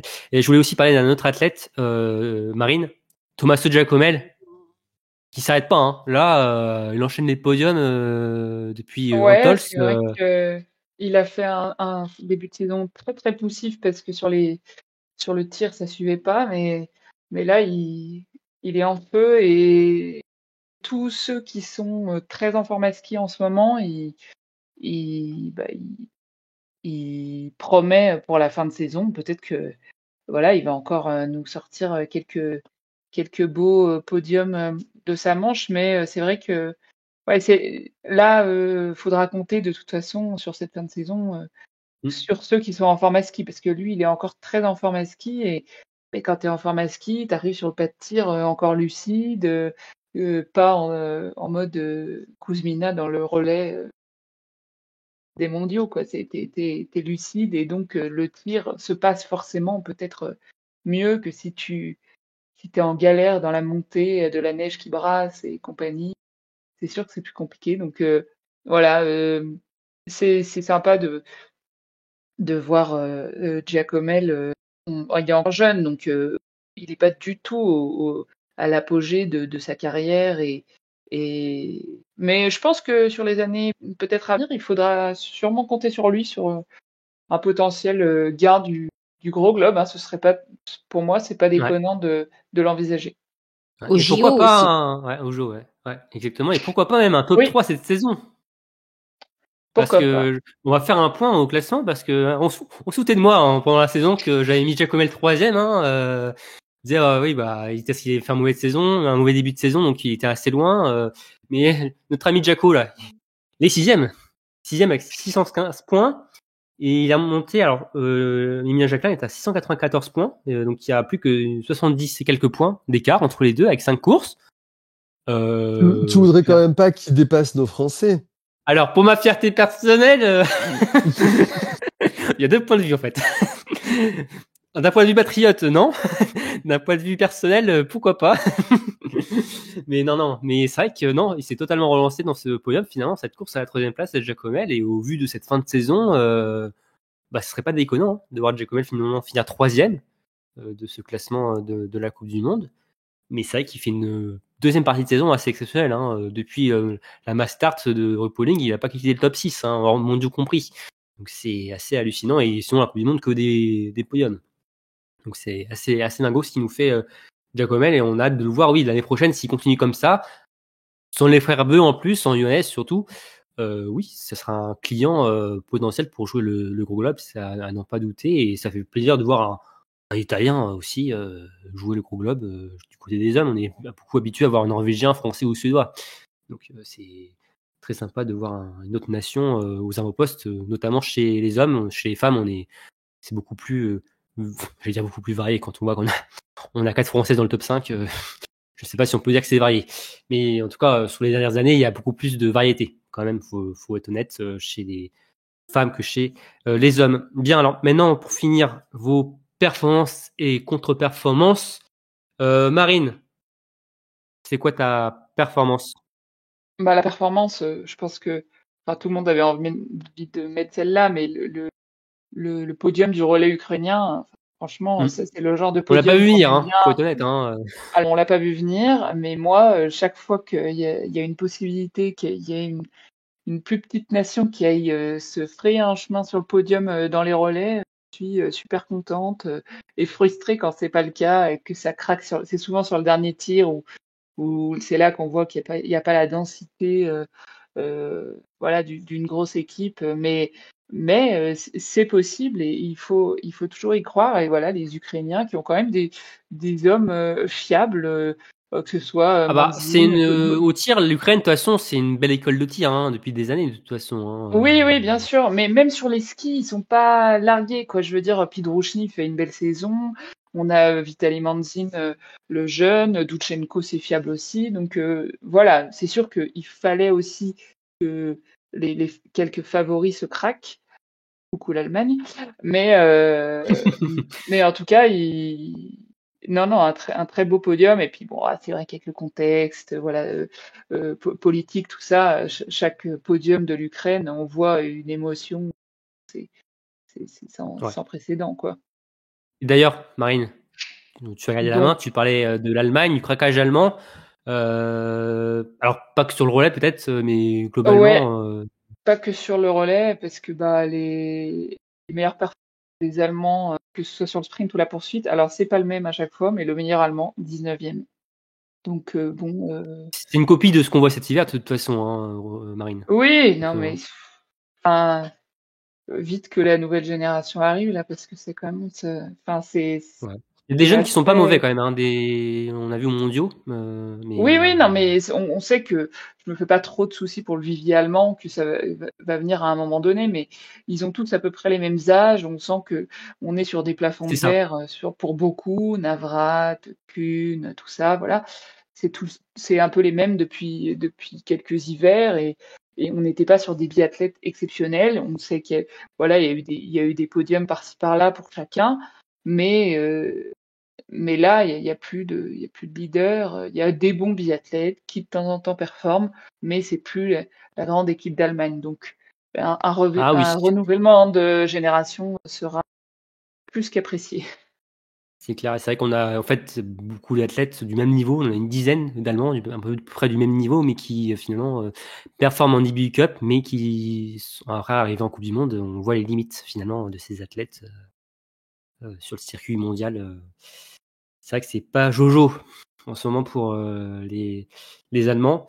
Jérémy, alors je vais dire ta grosse cote, pas du tout. Ta performance, c'est Niklas Hartweg, le Suisse. Oui, qui a pas été si flamboyant pendant les mondiaux à domicile, mais là qui fait une belle 6e place sur la poursuite, à souligner, et en contre-performance, mais parce que on l'aime. Tu as osé. Franchement, non, mais quand même, il a failli sur notre Johannes Beu, il a failli sur son debout. Il va même tourner, ce qui est quand même assez rare sur un debout. Et c'est une contre-performance quand même, hein, je pense. En soi, oui. Mais bon, t'aurais pu quand même, son dernier relais, quoi. Relais homme. Et justement. Voilà. On est dur quand même ici chez Biathlon Live. On ne laisse rien passer.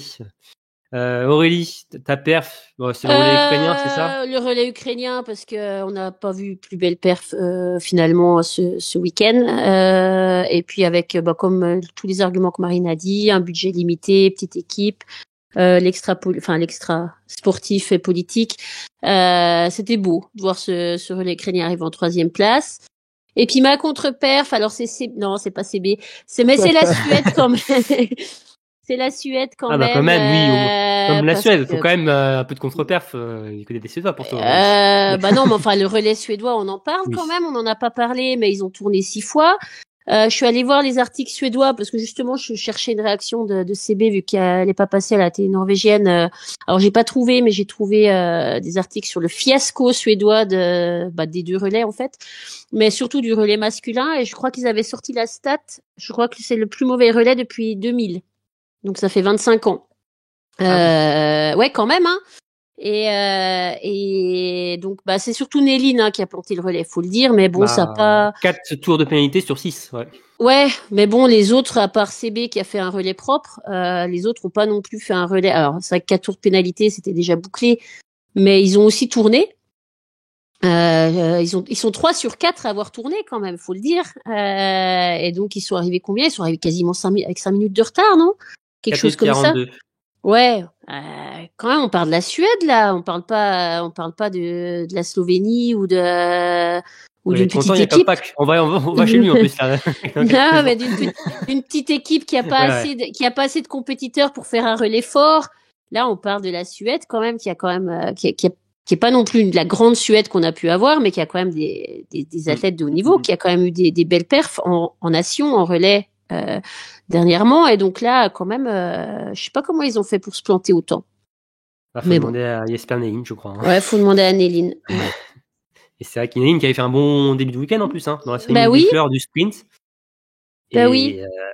Patatras sur. Ouais. La cata.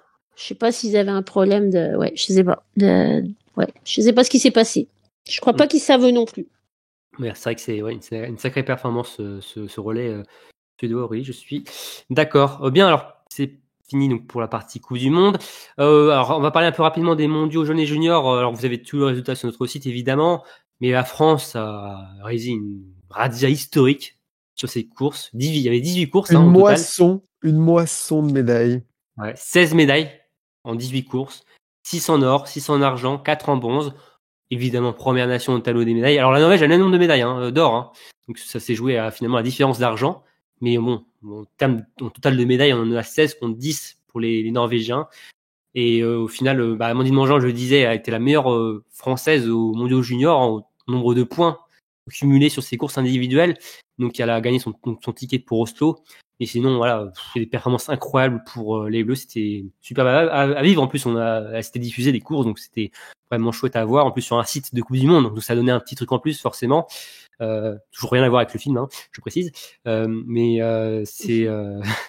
Il t'a marqué ce film? Oui, il m'a marqué. D'ailleurs, il n'y a pas eu de César. C'est un vrai scandale. Il se sent proche des personnages, je pense. Voilà. Mais non, mais en tout cas, c'était des mondiaux incroyables pour l'équipe de France. Évidemment, comme je vous disais, vous pouvez retrouver tous ces résultats sur notre site. Et aussi un mot quand même sur les BU Cup, avec une équipe de France aussi là, une équipe de France féminine qui est aussi toujours autant exceptionnelle. Hein. Il y avait eu un sprint, une poursuite, une mass start au programme. Gillian Guigona a décidé tout simplement de faire le doublé sprint poursuite. Voilà, pourquoi pas, hein, après tout. Hein, c'était quand même assez exceptionnel. Sur la poursuite, elle devance Camille Benet, 2e, Paula Beauté, 4e, Fanny Bertrand, 5e. Résultat des courses aussi pour Camille, remporte le globe de la poursuite. Camille qui fait 3e aussi de la poursuite, de la mass start, pardon, remporte aussi ce globe de la mass start. La mass start qui est revenue à la Tchèque, alors Otkowska, Je me suis pas trop mal débrouillé, je crois. Devant, Paula Beauté 2e, donc Camille Bonnet 3e, Gilonne Guigona 4e et Voldia Galmas-Paulin 5e. Donc c'est voilà, bref, c'est n'importe quoi ce résultat les Françaises. Encore une fois, c'est complètement fou. Et au général, IBU Cup, il ne reste plus que 2 courses à disputer cette semaine à partir de mercredi. Camille a repris le lead devant Voldia qui était absente sur les 2 premières épreuves en Estonie. 72 points pour Camille Bonnet à son avantage. Donc bon, ça semble quand même bon pour Camille au niveau du gros globe de cristal, même si Voldia sera quand même sur les épreuves de ces dernières semaines de compétition. Et ce qui est encore plus dingue, c'est qu'on a 6 Françaises en tête du classement. Marine, 6 Françaises. Et en plus, ce qui est assez fou, c'est vraiment 6 Françaises différentes de la Coupe du Monde. Hein. Des fois, on peut avoir des Françaises qui, tu vois, on a pu avoir en Norvège avec Sorum qui pouvait jouer sur le tableau l'an dernier. Là, c'est 6 Françaises différentes qu'on peut avoir sur la Coupe du Monde. C'est complètement dingue. Hein. Les mots nous manquent. Je pense que pour certaines, il faut peut-être chercher un petit peu les origines belges ou on ne sait jamais pour changer de nationalité tellement il y a de densité parce que là, il n'y aura pas de la place pour tout le monde. Hein. Ouais, c'est le moment de remonter dans les arbres généalogiques, voir si on n'a pas une grand-mère d'une autre nationalité. Ouais, c'est dingue, complètement dingue cette génération française. Mais d'ailleurs, il y a aussi le globe du sprint qui va se jouer avec 5 Françaises en tête dans ce classement, avec Paula Beauté en tête, 30 points devant Voldia Galmas-Paulin. Ça va sans doute se jouer entre elles. Et aussi le globe de l'individuel qui se jouera mercredi, avec Voldia Galmas-Paulin qui est en tête, une 50aine de points d'avance sur la concurrence, dont Camille qui a 55 points derrière. Donc le globe des nations qui est aussi quasiment dans la poche des Françaises. En gros, on va remporter tous les globes chez les Bleus du côté de l'IBU Cup. Finalement, ça représente totalement ce qu'on voit en Coupe du Monde. Donc il y a une cohérence, mais c'est complètement frappant ce qu'on voit du côté de l'équipe de France féminine cette saison. Donc bravo à elle. Et alors du côté des garçons, c'est un peu moins ça. C'est plus pour les Norvégiens par contre, avec Isaac Frey qui a déjà remporté le gros globe à 3 courses de la fin, même 4, je crois. Non, 3, pardon. Bien 3 courses de la fin. Il avait remporté le globe. Il avait remporté le sprint d'ailleurs à Otepa devant un quadruplé norvégien. Botten qui avait remporté la poursuite devant un quintuplé, devant 4 de ses coéquipiers, donc un quintuplé norvégien. Et la Mastart est revenue à Vetley Christiansen. Ça fait quand même plaisir de voir Vetley remporter une course, la première de l'hiver, pour un quintuplé aussi norvégien. Donc c'est aussi assez édifiant de ce côté-là. Et je vais quand même parler des performances françaises. Alors c'est pas compliqué pour Damien Levé qui a fait 3 fois 9e sur cette étape de Otepa. On notera aussi la 10e place de Théo sur la poursuite et la 6e place de Théo sur la Mastart, sa meilleure performance de l'hiver. Et j'oublie pas Antonin Delsol, jeune tricolore qui prenait part à sa première étape d'IBU Cup ces derniers jours. Il était au départ donc du sprint, de la poursuite de la Mastart 60 et il a terminé entre la 25e et 30e place. Et en ce qui concerne les autres globes masculins, ils reviendront ou ils sont déjà revenus du côté de la Norvège. Et donc il reste encore une étape à courir en IBU Cup à partir de mercredi, toujours à Otepa. Donc un individuel court mercredi, sprint vendredi et des relais mixtes samedi. Donc ça sera le final de cette saison et on saura qui entre Camille Bonnet et Voldia Galmas-Paulin soulèvera le gros globe de cristal. Bien, pour finir cet épisode, alors qu'on est bientôt à 2 heures d'épisode, Aurélie, le programme de Pokljuka, ça commence dès jeudi, avec en plus, on le disait, cet individuel qui va compter double compté pour le Jean Monod. Posez vos RTT. Oui, exact, oui. On attaque à Pokljuka jeudi 13 mars à 15h15 avec l'individuel féminin. Tu veux un point météo aussi ou pas? T'en as un à me proposer? J'en ai un qui est valable tous les jours du week-end, en fait, de jeudi à dimanche, il va flotter. Ah bah attends, pour le point météo, générique.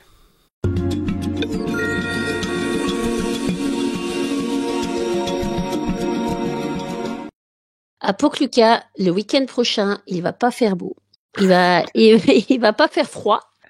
Ça va être des belles températures d'automne. C'est une bonne chose pour les Françaises alors. Hein. Alors ça peut matcher pour les Françaises. Il va faire entre 10, 12 degrés et de la flotte. Il va flotter. Il va flotter tout le week-end, donc à voir ce que ça va donner sur la piste, quoi. C'est les prévisions quelques jours en avance, donc à voir si ça va changer, mais a priori il va pas faire bien froid. Hein. Ça m'étonnerait qu'on passe de plus 11 à moins 5 en 3 jours. Et on fêtera qui, Aurélie, le 13 mars? Ça, je ne sais pas, mais je peux regarder. La Sainte Yvette. La Sainte Yvette, toutes les Yvettes qui nous écoutent. Bon individuel qui compte double. Prenez vos RTT. Faites-vous plaisir. Donc vendredi 14 mars, donc de la flotte toujours, ce sera l'individuel masculin à 15h15 toujours. Ouais. On attaque avec le week-end, le samedi avec 2 belles courses, le relais mixte à 13h05, suivi du relais mixte simple à 15h45. Et on finit le week-end toujours sous la pluie avec les 2 Mastart, la Mastart féminine à 13h35 et la Mastart masculine à 15h45. Voilà. On espère quand même que le temps va un peu changer. S'arranger, ouais. C'est jamais beau. La pluie quand même. Sous la pluie, ouais. Même s'il fait chaud, le soleil c'est bien, mais bon, la pluie en plus. Ouais. Non, c'est jamais beau. Costaud dans la tête là. Ouais. Puis la neige est dégueulasse en général quand il pleut comme ça. Et non, j'espère que ça va s'arranger. Là, ça va être une étape très très dure. Je crois que c'est Lou Journaux d'ailleurs qui le disait. Elle avait vu justement le temps, les prévisions qu'ils annonçaient. Ça va être un vrai combat en piste et on sait aussi dans la tête forcément. Donc on a hâte. Les meilleurs. Les meilleurs sont devant, ça c'est certain. Les meilleurs seront devant, voilà. Exactement. Merci Aurélie pour ce point météo et ce point programme de Pokluka. Bien, bon, je crois Aurélie, Marine et Jérémy qu'on a fait un peu le tour, non, de cette étape. Oui, on a bien parlé, non? On a fait une étape version longue là. Ouais. Ce débrief de 9e Mesto, mais en tout cas, c'est toujours un plaisir de discuter, échanger de biathlon. On pourrait en parler pendant 5 heures. Hein, oui, puis c'est bientôt la fin. Il faut en profiter. Exactement. Donc, merci pour tous ceux qui sont restés jusqu'à la fin, en tout cas. N'hésitez pas à mettre un petit commentaire, dire nous on a tenu jusqu'au bout. Ça nous ferait vraiment plaisir. Vous êtes courageux. Ouais, vous êtes courageux à nous mettre un petit message en privé si vous écoutez sur Spotify ou autre, ou voilà, sur YouTube ou Instagram. Mais merci en tout cas à tous ceux qui nous écoutent jusqu'à la fin. Ça nous fait très très plaisir de pouvoir vous proposer ces épisodes. Et d'ailleurs, c'est pour vous qu'on le fait. Et aussi pour nous, parce que forcément, ça nous permet de nous retrouver pour parler de notre passion. Et j'espère que ça s'entend, en tout cas, la passion est là, en tout cas. Mais je suis sûr que oui, parce que on a notamment la passion d'Aurélie pour Samuelsson. Vu les audiences de la chaîne L'Équipe, je crois qu'on n'est pas seul, hein. Oui, après, je pense pas qu'on soit écouté par 1 million de personnes après sur notre. Ça va venir. Ça va venir. Patient, oui. Ça va venir. Qu'on patiente. J'espère que tu vas bien patienter. Tu es très patiente. Oui. Ok. C'est vrai. Bon patiente alors. Bon, merci à tous les 3 encore d'avoir été avec moi pour ce débrief. À la prochaine. Aurélie, Jérémy et Marine, je ne sais pas si vous serez là pour les prochains numéros. Il ne reste plus que il y aura les bilans, donc ça si on va se retrouver, je suis sûr. Allez, au moins jusqu'à la fin de saison, on se retrouve au moins une fois. Mais en tout cas, merci à tous les 3. Merci à tous de nous avoir écoutés encore une fois. N'hésitez pas à liker, à partager notre contenu, à mettre aussi 5 étoiles sur les plateformes d'écoute, ça nous ferait vraiment très plaisir. À réagir aussi à nos différents débats. Si vous avez trouvé quand même très très dur, Jérémy, à le mettre dans ses flops, Johannes Beu. N'hésitez pas. Moi, je trouve que c'est très très dur, donc n'hésitez pas à le dire. Moi, je serais très ravi que vous le disiez en commentaire, mais avec bienveillance, évidemment. Un pouce vers le bas. Un pouce vers le bas. Juste un pouce vers le bas, on comprendra. Voilà, merci encore à tous les 3, merci à vous tous, et on vous dit à très vite pour un nouveau numéro de Biathlon en live. Salut tout le monde. Salut. Salut.